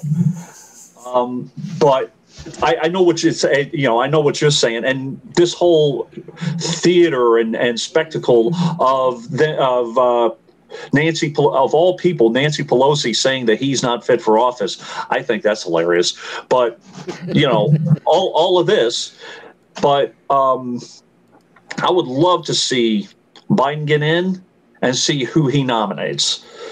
I'd love to see him just nominate Amy Coney Barrett just to. I mean, it's a show. And by the way, Kavanaugh and Garland are almost carbon copies of each other. So, in terms, they were in the same school. They had the same teachers and mentors. They have the same philosophy. So, well, when somebody moves, how does that affect your voting registration in New York City? Or I've heard that Manhattan now is 1 out of 5 apartments are empty. I wouldn't be surprised. So these people doesn't it take 6 months to get your registration changed? Yes. So they're gone. They don't get to vote, right? Yes, correct. Well, I don't know about that. They may be able to do an absentee ballot from the place in which they formerly were in. But I'm not sure, because I don't really look at it that much because I don't vote. One thing I will say about the absentee ballots is that they are coming in. And yes, last week I saw Lynn's mail-in ballot. I handed it right to her, guys. I take my job as a postal employee very seriously. I don't believe in voting, but I believe in people's right to make their own choice. So I did do that. But I do not work in a facility that actually does a lot of first-class mail. But what I do know is that these pieces are considered accountable pieces, and they're almost considered as valuable, if not more so, than registered mail. So in terms of the work, if we see a ballot in a tray or in what we call the dead mail section or exceptions, we will pick it up and show it to a supervisor and say, "Hey, it's right here." They do take that seriously. Now, in terms of the Postmaster General, I don't know if he's taking it seriously or not, but the employees are. I know that. What I will say though is that I'm seeing. First off, we have been. Not severely, but moderately affected by COVID. From March to, I would say, the late May, we had in our facility alone 32 confirmed cases. I actually was you know, not that it's a big deal, but I was so concerned. I never go to the press because I think the press is corrupted. But I went to ProPublica and spoke to a reporter, and I was actually quoted on the record because our management wasn't giving us the information. They were saying that if we don't feel comfortable coming in, we don't have to come in. We're not going to get penalized too much. But how do we know if we're comfortable if we don't know how many cases there are? And that was my whole point. So I made that quote, gave it to a reporter. Her name is Miriam. I can't remember her last name. She is a good reporter. She does her job. But what I will say is that anybody that wants to give any information to the press, once you do that, anybody can use it. And Elizabeth Warren used my quote in a letter to the OMB, and I had to laugh about it.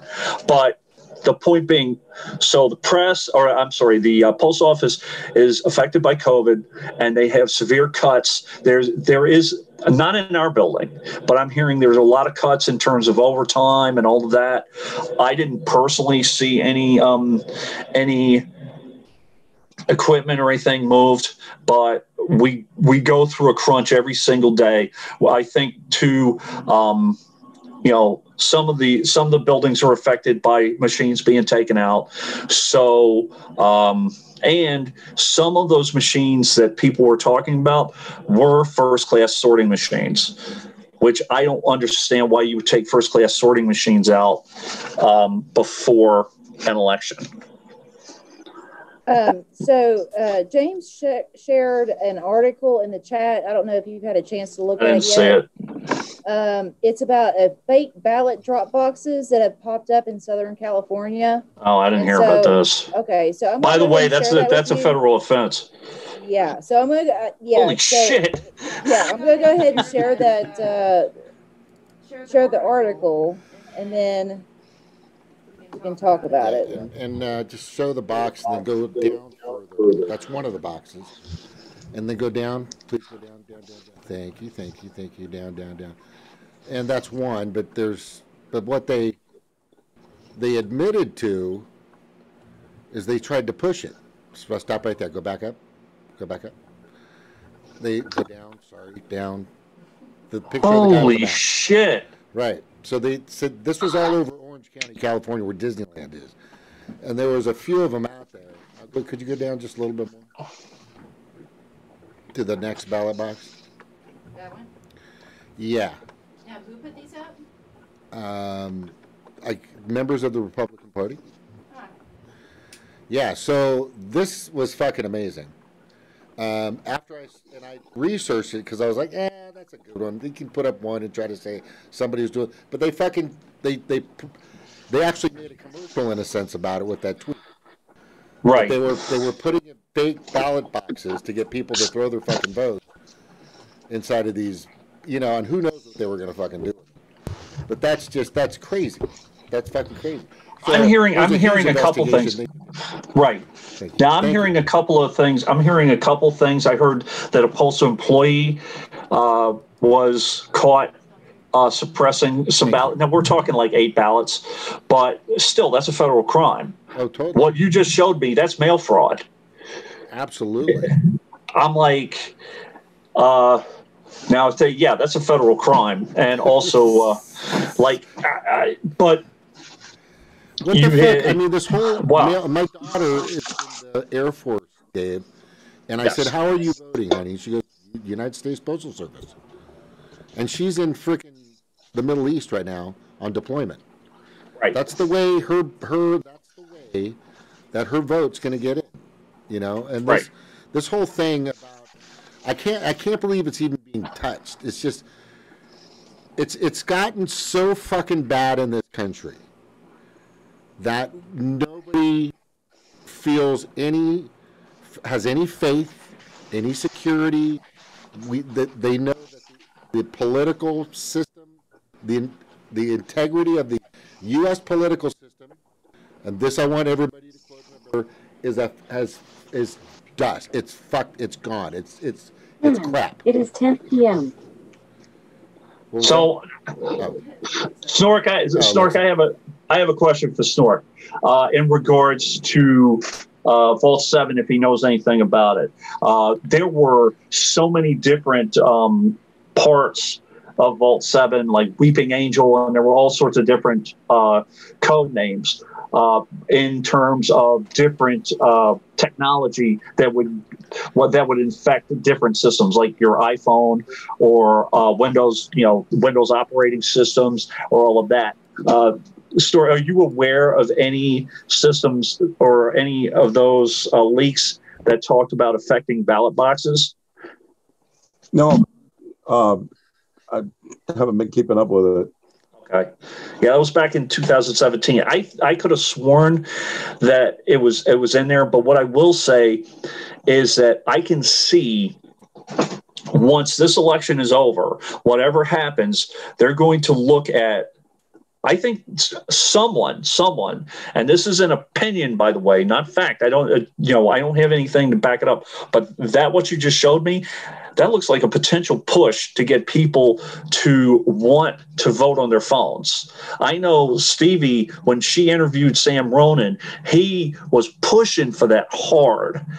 The problem with it is that there are different ways to manipulate data, from my understanding, on phones. Let me put it this way. I am not comfortable with any what I would call single mode transmission of the votes. So I wouldn't trust just computers. I wouldn't trust just computers. We need to get Kelly and Brahma in this one again. I talked with somebody she had on who is a data expert, and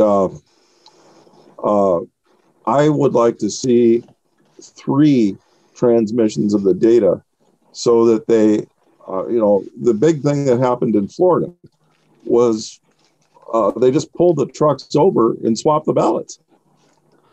Right. So the physical transportation of the ballots cannot be trusted. I was left alone. Yeah. You're seeing other side. And by the way, there's someone I know. I'm not going to name her name, but I know James. You know her because I believe she was in a Green Party in Colorado. She was talking about someone who apparently switched ballots out. I believe that person was in the Democratic Party. So things like that do happen. And so just having physical ballots, that's not gonna do anything either. What do we got to do? We got to scan our ballot and frickin', No, what I think actually has to happen is it has to be transmitted at multiple means at the same time. Okay. So we can't have one sent at the same way that's under control as what the other one is. So we send one physically, we send one electronically, and we send another one encrypted, so that 2 have to agree, and it pretty much says something happened to the other one. That is the only way I trust it at this moment. There is no encryption that can be sent in the United States that I don't believe can be would need more than a millisecond to decrypt. There really is. That is terrible. Yeah, there really is nothing I would trust to be completely. I know everybody says blockchain is complete. No, I don't believe that. No. On the other hand, all computer systems, it's usually the human factor that is the worst part of it. So again, we have to. You never send 2 people on something that's really, really crucial. You send 3, so you know that it's going to be kept honest. Well, here's the thing. I could see, because I know, from hacking conventions and saying stuff like that, that I don't know how intricate encryption would have to be to keep people from going into it. Most election boxes And most machines, voting machines, are easily encrypted. Where, I've seen 14, 15-year-old kids or, whatever, getting into them relatively easily. And what I could see, too, with that system is, I don't know how it could be done, but make sure that, let's say, Dave Denton, from this address, from this zip code, is it possible to get a program to see anything and make those 3 ballots all different, therefore negating your vote? I'm not voting anyway, but I mean, this is just this conversation. You don't even know if your vote is going to count, and when your vote counts, who are you really voting? Those, nobody does. The whole thing is a terrible process. That's what we're trying to work on with non-party voters is like my focus is what happens after you cast your vote. And James has been working on what happens before. So he's been trying to work on ways of election integrity and things like that, and, campaign finance reform. And so I've been focusing on making sure that, because no matter, even if we get all those things in order, I want to make sure that there's no way of, as we've witnessed in, previous elections, that they can wait a vote, switch a vote, throw your votes out. I mean, once you cast your vote into that void, I mean, that's it. You don't know what happens to it. There's no way of tracking it. You don't know how it was counted, if it was counted. I mean, so I'm trying to figure out a way, but the thing is are we capable of setting up something like that? Because I know here in other states, if you take a picture of your ballot as a verification of, yes, this is exactly how I voted, it makes your ballot invalid. So it totally validating it invalidates it. So it's this clusterfuck of how can we make sure that yes, this is how a person voted. How was their vote counted? And so I'm trying to figure out ways, and I know Kelly's done amazing work on all these different, ways of making sure that the vote gets counted, how we should vote in order to make sure that our vote counts. I mean, because I think that really is the path to getting towards a way that we can represent ourselves and cut out the middleman. Because right now we have that middleman of a politician still in there. Well, truly, I mean, my solution is don't vote in the first place, obviously. But and I know you guys are trying, and I think eventually you guys are gonna see what I'm talking about. I think our end results match up what we want. It's just how are we supposed to get there? I was in the system for 52 years. Well, actually, whatever. Since I was a kid. So and I fell into the Democratic trap a long time ago, and it took me a long time. So I'm not gonna be like, why aren't you where I'm at? I'm not gonna do that, because you are younger. Let's put it that way. I'm not going to throw your age out there. Much younger than me. You got a ways to go. So I'm not going to be like, Stevie, what the hell? Why don't you see exactly the way I see? I also know from having relatives in West Virginia, I know how desperate people are, and they will cling to the crumbs that are given them. I get that. But at some point, you're going to have to demand for shit. I don't think that this system is savable. And I think, as Chris Hedges says, the end is near. I think 10 years is very generous. I don't know how many more elections there actually are, and I'm not going to waste my time on that. What I'm trying to find is solutions. I don't know if you guys have seen, we're working on a new list of, I believe we have 32 rights, basically based on the rights that were developed by Eleanor Roosevelt in the UN, and we threw all the UN shit out, depending on the UN, but we're working on our own thing. But in terms of that, we have to have, in my humble opinion, we have to have a citizen-based governance system. We have to have direct influence on what we want. And that's going to be messy, because you have a whole lot of crazy, fucked up people in the world, and they're going to want crazy, weird shit themselves. So, my whole thing is Stevie, your rights do not supersede my rights to my safety, my ability to live my life the way that I want to live it, and vice versa. That's the biggest one. We can't encroach. You marry who you want to marry. You love who you want to love. You do what with your body what you want to do with. You can't determine what I do. Yeah, as long as you're not hurting anybody else, basically. Right. Like, you can do what you want with your own life. You can do what you want with your own body. But when it comes to the rest of the population, you don't get a say in that. Like that, I mean, we have to come up with, if there's going to be a thing that's going to affect us all, then we all need to be able to weigh in on that. And by the way, that's the problem with having this middleman, is like, they don't care what affects us. They don't care what we want. And that's what I like about what we're trying to do, is like, I want to get away from that partisan politics stuff. I want to get away from, identity politics. I want people to solely, organize themselves based on the policies that they want, instead of like giving up their power and giving it to a party or a candidate. It's like, no, these are the policies we want, period.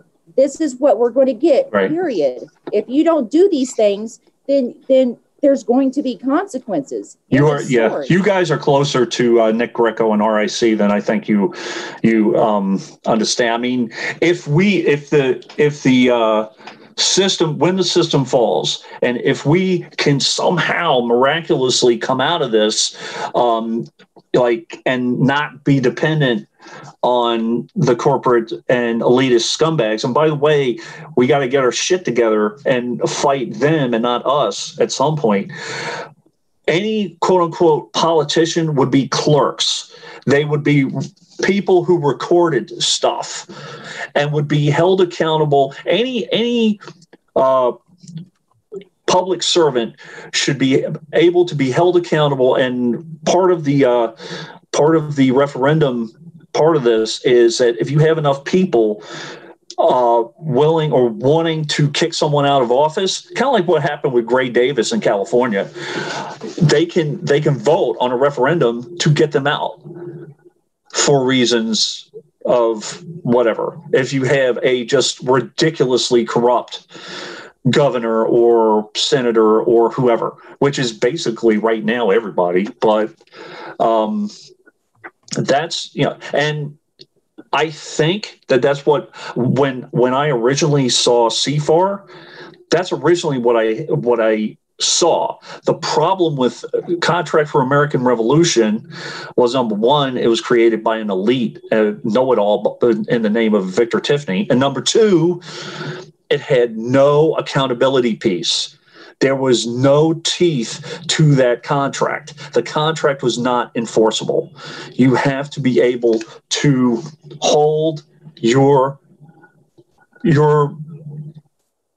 people account. Most politicians, I see something going on. I see some money exchanging hands or something, some kind of shady nonsense. Kamala's no different. Pence is no different. Trump is obviously no different. Neither is Biden. Biden's been caught in so many lies. I'm surprised his nose isn't by my house by now. He's the ultimate Pinocchio. He said he visited Mandela, by the way. He said he was a professor. I can't remember where he was a professor from. He said his. I'm muted. So I remember this and we all talked about it. I brought it up. We all brought it up. We go, wait, there's something missing here. It's like, so what happens if you blah sign this and you don't fucking do anything in it? Nothing. There was no accountability. There was no accountability to it at all. So the thing. So what I believe, and I know you know this, and this is the nightmare that I don't want to happen, and I've always not wanted to happen, was a physical revolution. And I even saying this, it's probably, they're probably on me right now. Who fucking knows? But we have to actually get on the street, get in front of the legislative, judiciary, executive house, and protest and say, look, you motherfuckers, that we're not doing this.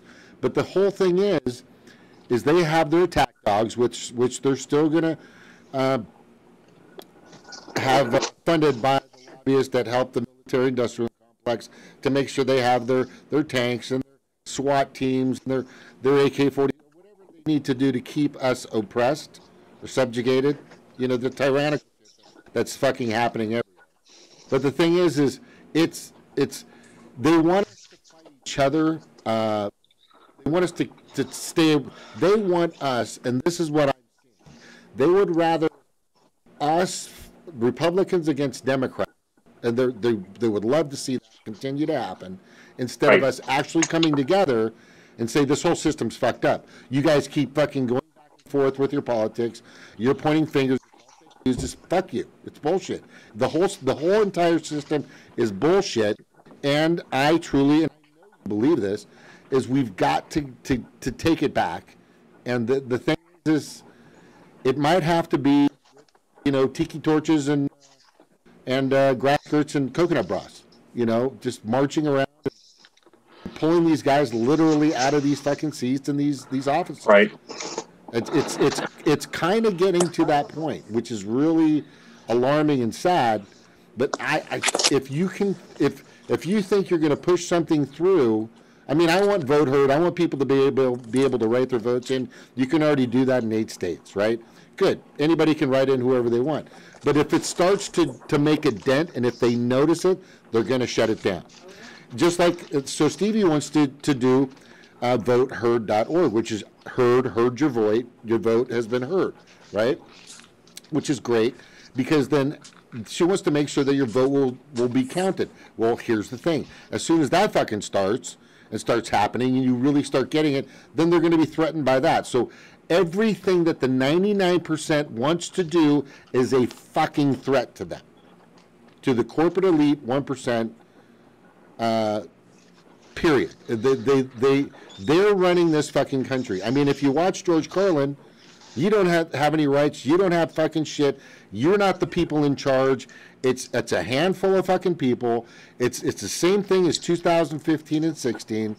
The problem is everybody keeps buying the fucking air and the fucking dirt and the piss these fuckers keep selling. It's just, it's continuous. So I'm trying to do whatever I can to stay within the confines of the system. Vote heard, non-party voters, okay, good. But ultimately, Dave, and I know you know this, and I know everybody that is really paying attention, it's going to come down to, we're just going to have to actually just, you know, go with hey, you know what, get the fuck out of that seat because you're a piece of shit. Get the fuck out of that seat. It's got to be like, it's sad. It's sad.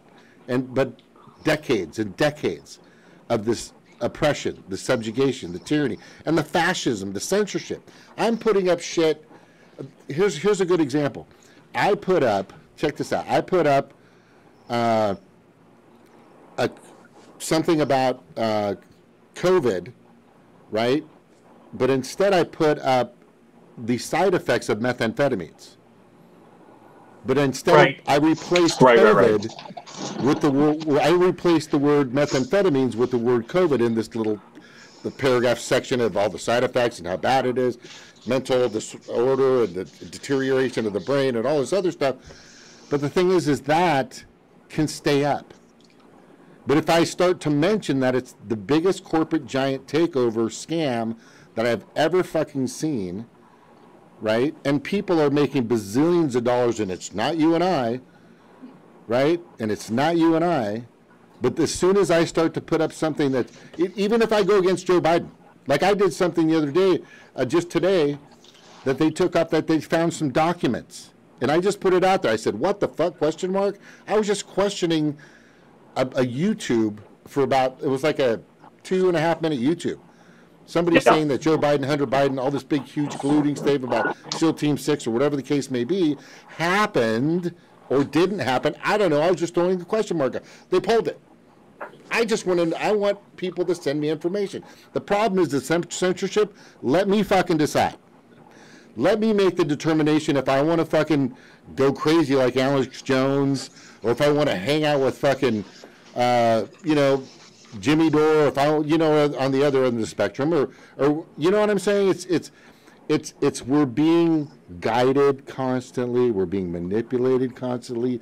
We've become so fucking obedient and so meek and so malleable. It is truly disgusting and pathetic. And I got to tell you, Taylor's fucking costume is awesome. It is. It's fucking cool. Thanks. Yeah. It's Now, I also watched this show. So, Stoke, do you want to say something? Just letting you guys See, know. this is what he looks like. Yeah, we got a couple more. Yeah, I know. I used to watch that with my kids. That's cool. Yeah, I got a couple more points. No, go ahead. Who go ahead. Sorg, you want to go? Yeah, I've been in Facebook jail a few times.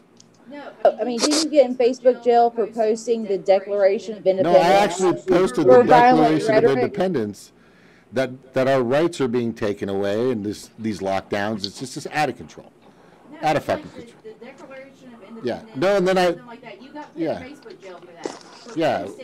We the people to perform more perfect union. They are pushing. Facebook is pushing people away from there and trying to delegitimize them by saying, "Hey, all these people are going to MeWe. They're right wing and nuts." By the way, that article that you are talking about, it's on MeWe. I'm checking that source out to see if he's legitimate, but I absolutely agree with you. I should have that right to look at that article, to look at the YouTube video and say, hey, this guy's full of crap, or this guy's not full of crap. I think personally, I think Mikovits is full of crap because she hasn't shown anything, but give me the right to find out if she is or if she isn't. Exactly. The last point I want to make. Researching. I just put it because I was trying to get information out of it. Exactly. Oh, they're cutting. They want everybody to post, pictures of them eating cereal or feeding their baby grapes, or their cat videos or whatever. But the last point is, some of the street action is on Facebook. Everything's cool. Go ahead. Exactly. Some of the street action is making these guys take notice, because you have Portland, you have Seattle, and you have, I believe it's Portland, Seattle, and I believe it's New York City. I'm here. And I think Chicago might have been added to the anarchy zone list. Anarchy zone. Yeah, I think it was Bill Barr like adding this. There. Is there a purge? Yeah, exactly. Is the purge happening? Can we go? Well, we're talking about CHOP, and we're talking about all the, all that stuff. So, but those are areas in which there is some serious street action. And whether you believe in Black Lives Matter as, by the way, part of it is a 501c, and I don't believe in that. But whether you believe it or not, they're on the streets. You have certain people. I don't really believe some of this stuff is real, but you have people on the streets. Before you say that street action doesn't matter, get out there. It matters. It makes a difference. Here's the thing that Stevie brought up, and I kind of brought it up too. And there's a good article or segment that she wrote in Non-Party Voters in regards to Black Lives Matters, which I believe has been, I think this happened years ago, is they've been infiltrated and compromised by the Clinton Mafia. Because the one thing they're asking to defund, no chokeholds. Yeah, you can't kill anybody. You can only kill somebody with a fucking chokehold. Are you kidding me? And I am fully in support of Black Lives Matter, but I've never seen or heard on their websites, Twitters, and I asked countless members of them, how come your biggest demand isn't to get money out of politics? How much do you think that would benefit your movement? And also, tremendously. And also ending the drug war would be another good one. Oh, yeah. Ending the drug war. Yeah. They have a financial partner. I can't remember who it is. I have to pull it back up, but it is a foundation that is partially funded by Soros and Gates. Yeah. And these guys. I've researched it. It's pretty sad. Yeah. So, but I'm not saying that all BLM guys are that. Please. Yeah. Go ahead. The original Black Lives Matter event where they jumped on the stage with Bernie. Yeah, I remember. Women in the Hillary campaign. Yeah, that makes sense. Yeah. I mean, they're high up in the Hillary campaign. That makes absolute sense. So, I mean, the original Black Lives Matter, to me, that said that they were compromised, that they were there strictly to try to keep black people from voting for Bernie. Well, my question on that was Bernie aware of that particular? Well, I totally agree. That was a stunt. That was a total stunt to make Bernie look bad. But what Bernie did is he said, okay, go ahead. He said, go ahead and talk. Right. I'd be curious to know if Bernie was aware and planned that alongside of him. You know, that completely obliterated Martin O'Malley, by the way. And I'm shocked I even remember the guy's name. Whatever happened to him? Oh, he disappeared. I don't know if he's gone. Yeah, he was a Virginia politician. I don't know if he has an office at this point. I'm not sure. Now, since we were talking about Black Lives Matter, now that is a movement that got started out of the Ferguson protests. Right. And one of the founding members of that was a man named Darren Seals. Yep. It says Ferguson protest leader Darren Seals found shot. He was shot and found dead in a burning car. Yep. Now, isn't that just strange? It's very strange timing that he would just end up getting murdered in a burning car just as that was gaining traction, you know? Yep. I mean, but here's the problem I'm having. There's the people that run Black Lives Matter, and then there's the people that support it. The people that support it actually have good intentions. They want to make sure that black people are getting killed in the streets. They want to make sure that our police are held accountable. They want to make sure that all these things that are wrong with the system are getting corrected. But at the same time, the organization that they're affiliating themselves with may not be on the up and up. Now, I don't know. I mean, there are some things like that, among other things, that are just like, that's raising some red flags for me. But I'm not going to fault anybody for getting out in the streets and fighting for this stuff. So, I mean, like... anyone interested? I just remember the name of the foundation. Check out, like Google BLM and Tides Foundation. They just formed a partnership recently with the Tides Foundation, which has heavy funding and support from certain elites, like, as I said, Gates and Soros. There you have it. Yeah. How do you spell And that? also- TIDES? Yes, like the detergent, only with an S. Yeah.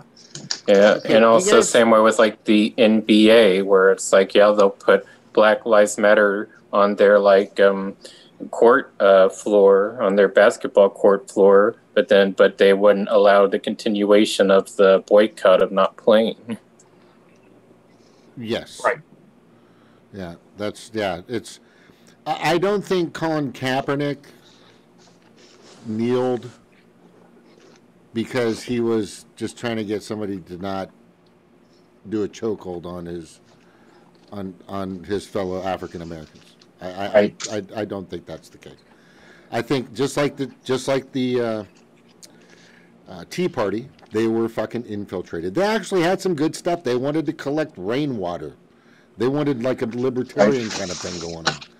Justice Democrats, they were fucking infiltrated. They were compromised. Now we have, and we can talk about this for 3 minutes, but we got to get going, guys. Movement for a People's Party. And I'll just say this. The whole party system, in my professional opinion, is a farce. It's just a matter of time before somebody comes in and says, hey, man, we're going to do this. And we're going to do this. They're going to be swishing their fingers together, like with money. Like, here's some money, here's some dough, you know, and Movement for the People's Party right now has got some good things going, and it looks like they're starting their movement, which was a movement at first. Now they've become a party, right? Yeah. But it's just a matter. It's not how, it's when. It's when are they also going to be infiltrated? When are they going to be compromised? And like I said, this whole fucking thing, the whole goddamn system is just it's such a fucking wreck. I mean, if you have faith at all in our United States of America political system and the entire process, then good for you. Then good for you. But at the same time, what Stevie says, she goes, you're not paying attention. You're just not. It means that you're not listening to us. You're not listening to everybody. I mean, Jimmy talks about it. Kyle hardly. I mean, the biggest thing is it's how they're directing us. Like I've always said, these fucking corporate elite 1%ers, they've got money and power and influence on the media, in social media. They've got fucking trolls. Right. They've got armies of fucking people. Armies of people. Like you think the United States Army has 5 branches? No. The fucking corporate elite 1%, in regards to media, they have hundreds of branches everywhere with people that are coming after you. They're getting fucking paid. They're doing this, and tell me, and they're getting something out of it. Yeah, we're so easily bought, and people are so easily, and it's so easy for people, especially in the United States, to take that deal. And I said this fucking back in when I first started my Blog Talk Radio in January 2014, was it's just it's not the greed, it's the opportunistic. I don't know what the fuck it is, but we're so easily sold. We can. It's like, what is your price, right? And people, whatever Bernie's price was back in 2015, is they fucking just said, here, I got a better price for you. I got a better deal for you, Bernie. Keep fucking herding all these fucking people towards Biden, just like you did fucking Hillary, and it's just ridiculous. And now everybody's got fucking Bernie PTSD, Bernie post-traumatic syndrome crap, and they can't fucking let the guy go. It's ridiculous. It's fucking ridiculous. But anyway. No, Bernie's like, what do they use with the Greyhounds? The rabbit. He's the white furry rabbit. He's the little rabbit made out of vinyl. Little fake rabbit that we're chasing. We're the Greyhounds. He's the little fake rabbit, and then when he gets to the end, if you do catch it, you're like, oh shit, that's not what I thought it was. That's not what I wanted. That's not what I was chasing all this time. You're biting into vinyl. A couple more things, and then I'll shut the hell up. A couple points. Hey, it's good to have you out here, bro. It's been a long time. It's great. In terms of businesses, Assange has been trying to push this home for years. He has 2 sets of dumps solely from companies. He has the Sony files and he has the Amazon files, talking about the control that businesses have on you, and people refuse to boycott Amazon because it's so cheap and blah blah blah. The next thing I'll say, in terms of the NFL, if NFL players really want to boycott something, if they have every right to kneel, I don't have a problem with that. But they should protest the fact that the NFL has a multi-million, maybe even billion-dollar deal with Amazon. And what that is that data that they bring up, like the statistical stuff. The reason that they can do that is because they have surveillance in the stadiums now, and also they have advertising. Amazon has a ton of advertising through the NFL through their contract. I could get you the articles from that too. Yeah, anything like this that you've been talking about, if you want to send that to me on Twitter, I'd definitely like to read through it, because that's a lot of information. Right. I mean, it's a lot of stuff. You've been dropping a lot of stuff on tonight that I didn't know about. So.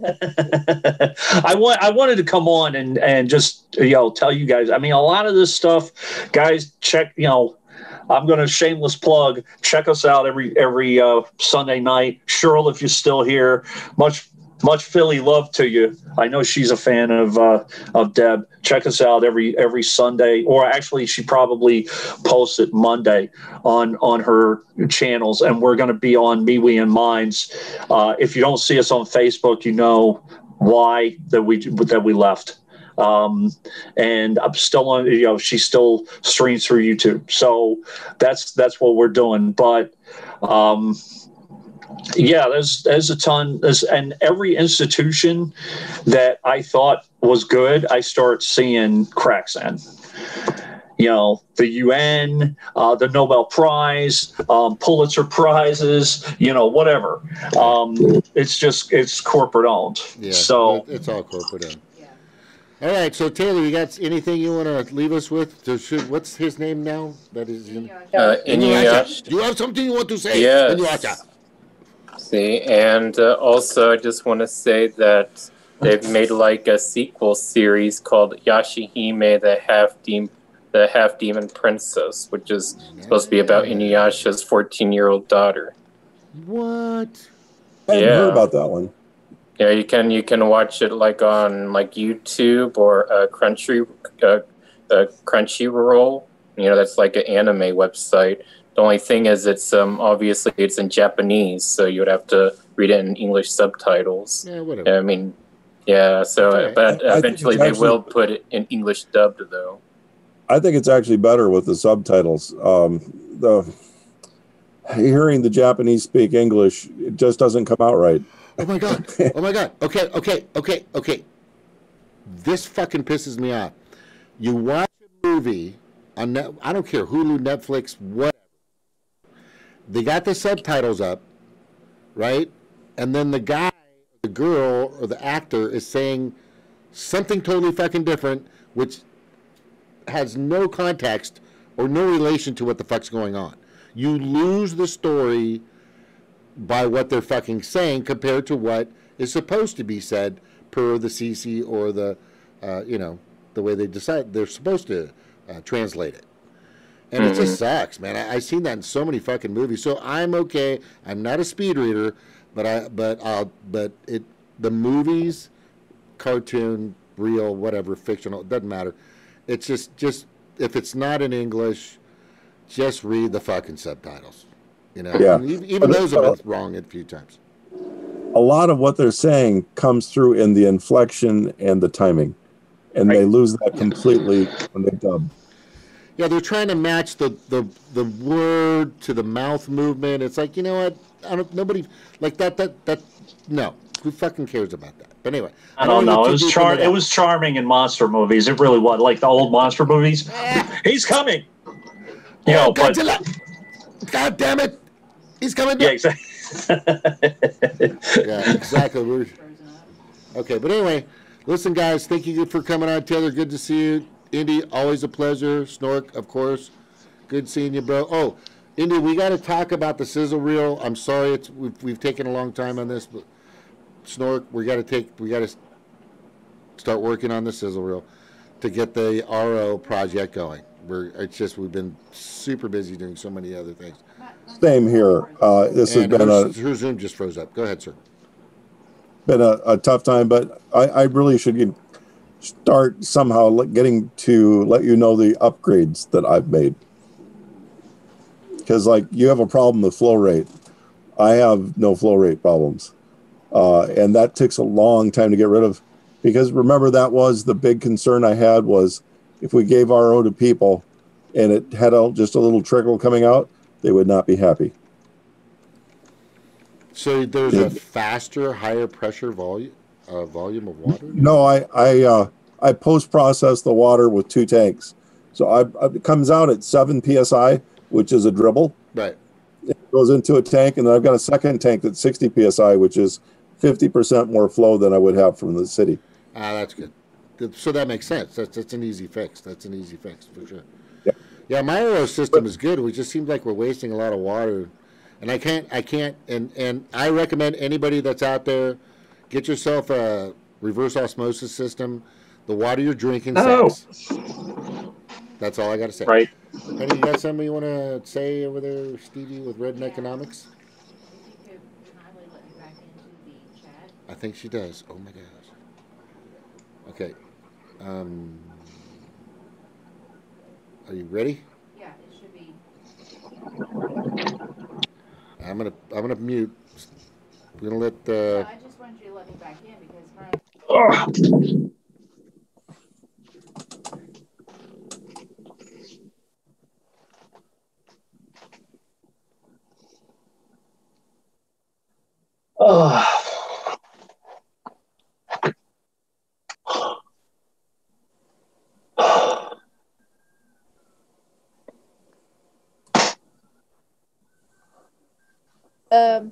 Yeah, okay, so we're finishing up right now. I'm going to be doing a video on the charges against Eva Bartlett, which I was watching Slow News Day. They were talking about her and how they're pretty much trying to charge her and another journalist with what they're doing to Julian Assange. So what we're witnessing now is they feel like they have gotten by Assange, and now they're trying to do the same thing to other journalists, which is really scary. It completely undermines any kind of democracy or freedom of speech that we thought that we had.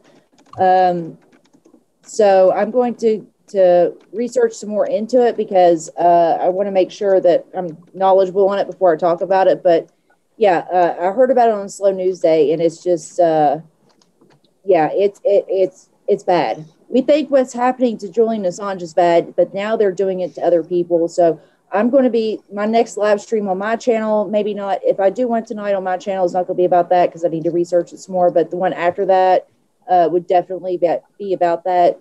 And I promised I was going to go more into hybrid regime and how that affects what we're trying to do here and the changes we're trying to achieve. So that's what I'm working on with my channel. Hopefully, bring some more people on board and work towards, bringing some power back to some, to the American, people, putting, a check. American people? Yes. Stevie, I appreciate. Be a politician. Yeah, I appreciate you giving. Yeah. No, let me tell you about the American people, guys. I appreciate you giving me that piece of information. I actually didn't know about that, but what I've been saying all along is this is a domino effect. I mean, they've been squeezing other activists and whistleblowers. You saw, you see what's going on with Stevie. You see what's going on with other people. I saw an interview by Taylor Hudak of Lori Love. I mean, he won his extradition case, but you just look at him speaking and you could tell he's shaken and affected by all the crap he had to go through. So once Assange is extradited and imprisoned, and he will be, I think, if especially with people not getting out there and fighting his fight, you will see the domino effect hit hard, and it's not going to just be people being banned on Facebook, Twitter, and YouTube. No. So I don't know what else to tell y'all. Criminal charges. We're talking about you're going to be, like you see in V for Vendetta, they put the sack over your head and you're gone. You're disappeared. You're gone. I mean, that's what they did to Julian Assange, and what they do to one of us, what they'll do to us all. Look at what they did in 2016 when it came to the voting system and our votes. They threw them out. They weighted them. And do you think it's gotten any better this election? Absolutely not, because they got by with it the last time, just like they're getting by with it now with Julian Assange. And it will come down on many other journalists and reporters and truth speakers out there. Or just even if they're not talking the truth, they're sharing their research. Like these are just people out there trying to share with everybody else, the things that they found out. And Eva Bartlett, I've heard about her for years. I mean, she has integrity through and through. And now they're trying to do to her, they're going to do this on a mass scale. We're looking at the Red Scare. We're looking at what they've done to, Hollywood and journalists back in the day, and now it's going to be the exact same thing. They're going to do it again, but this time it's going to be with journalists. And I'm not trying to be in prison, so Well, I'm not trying to have them in prison either. I've had the fear, I mean, I could see them going after. Come down to. There's going to be some stuff that's going to happen. Yeah, it's federal employees. We've had these conversations before, you guys. Yeah, it's all the same. But we're gonna go. Are you good? Are you good? Good. Everybody, Shaka, aloha. See you later. Thank you so much. Thanks for letting me talk so much. Show in the chat so y'all can look it up. All right, y'all. A lot of good information on this. That was a good one. Thank you, David. Don't vote. Bye. Of course. And Snort. And Taylor. Bye-bye.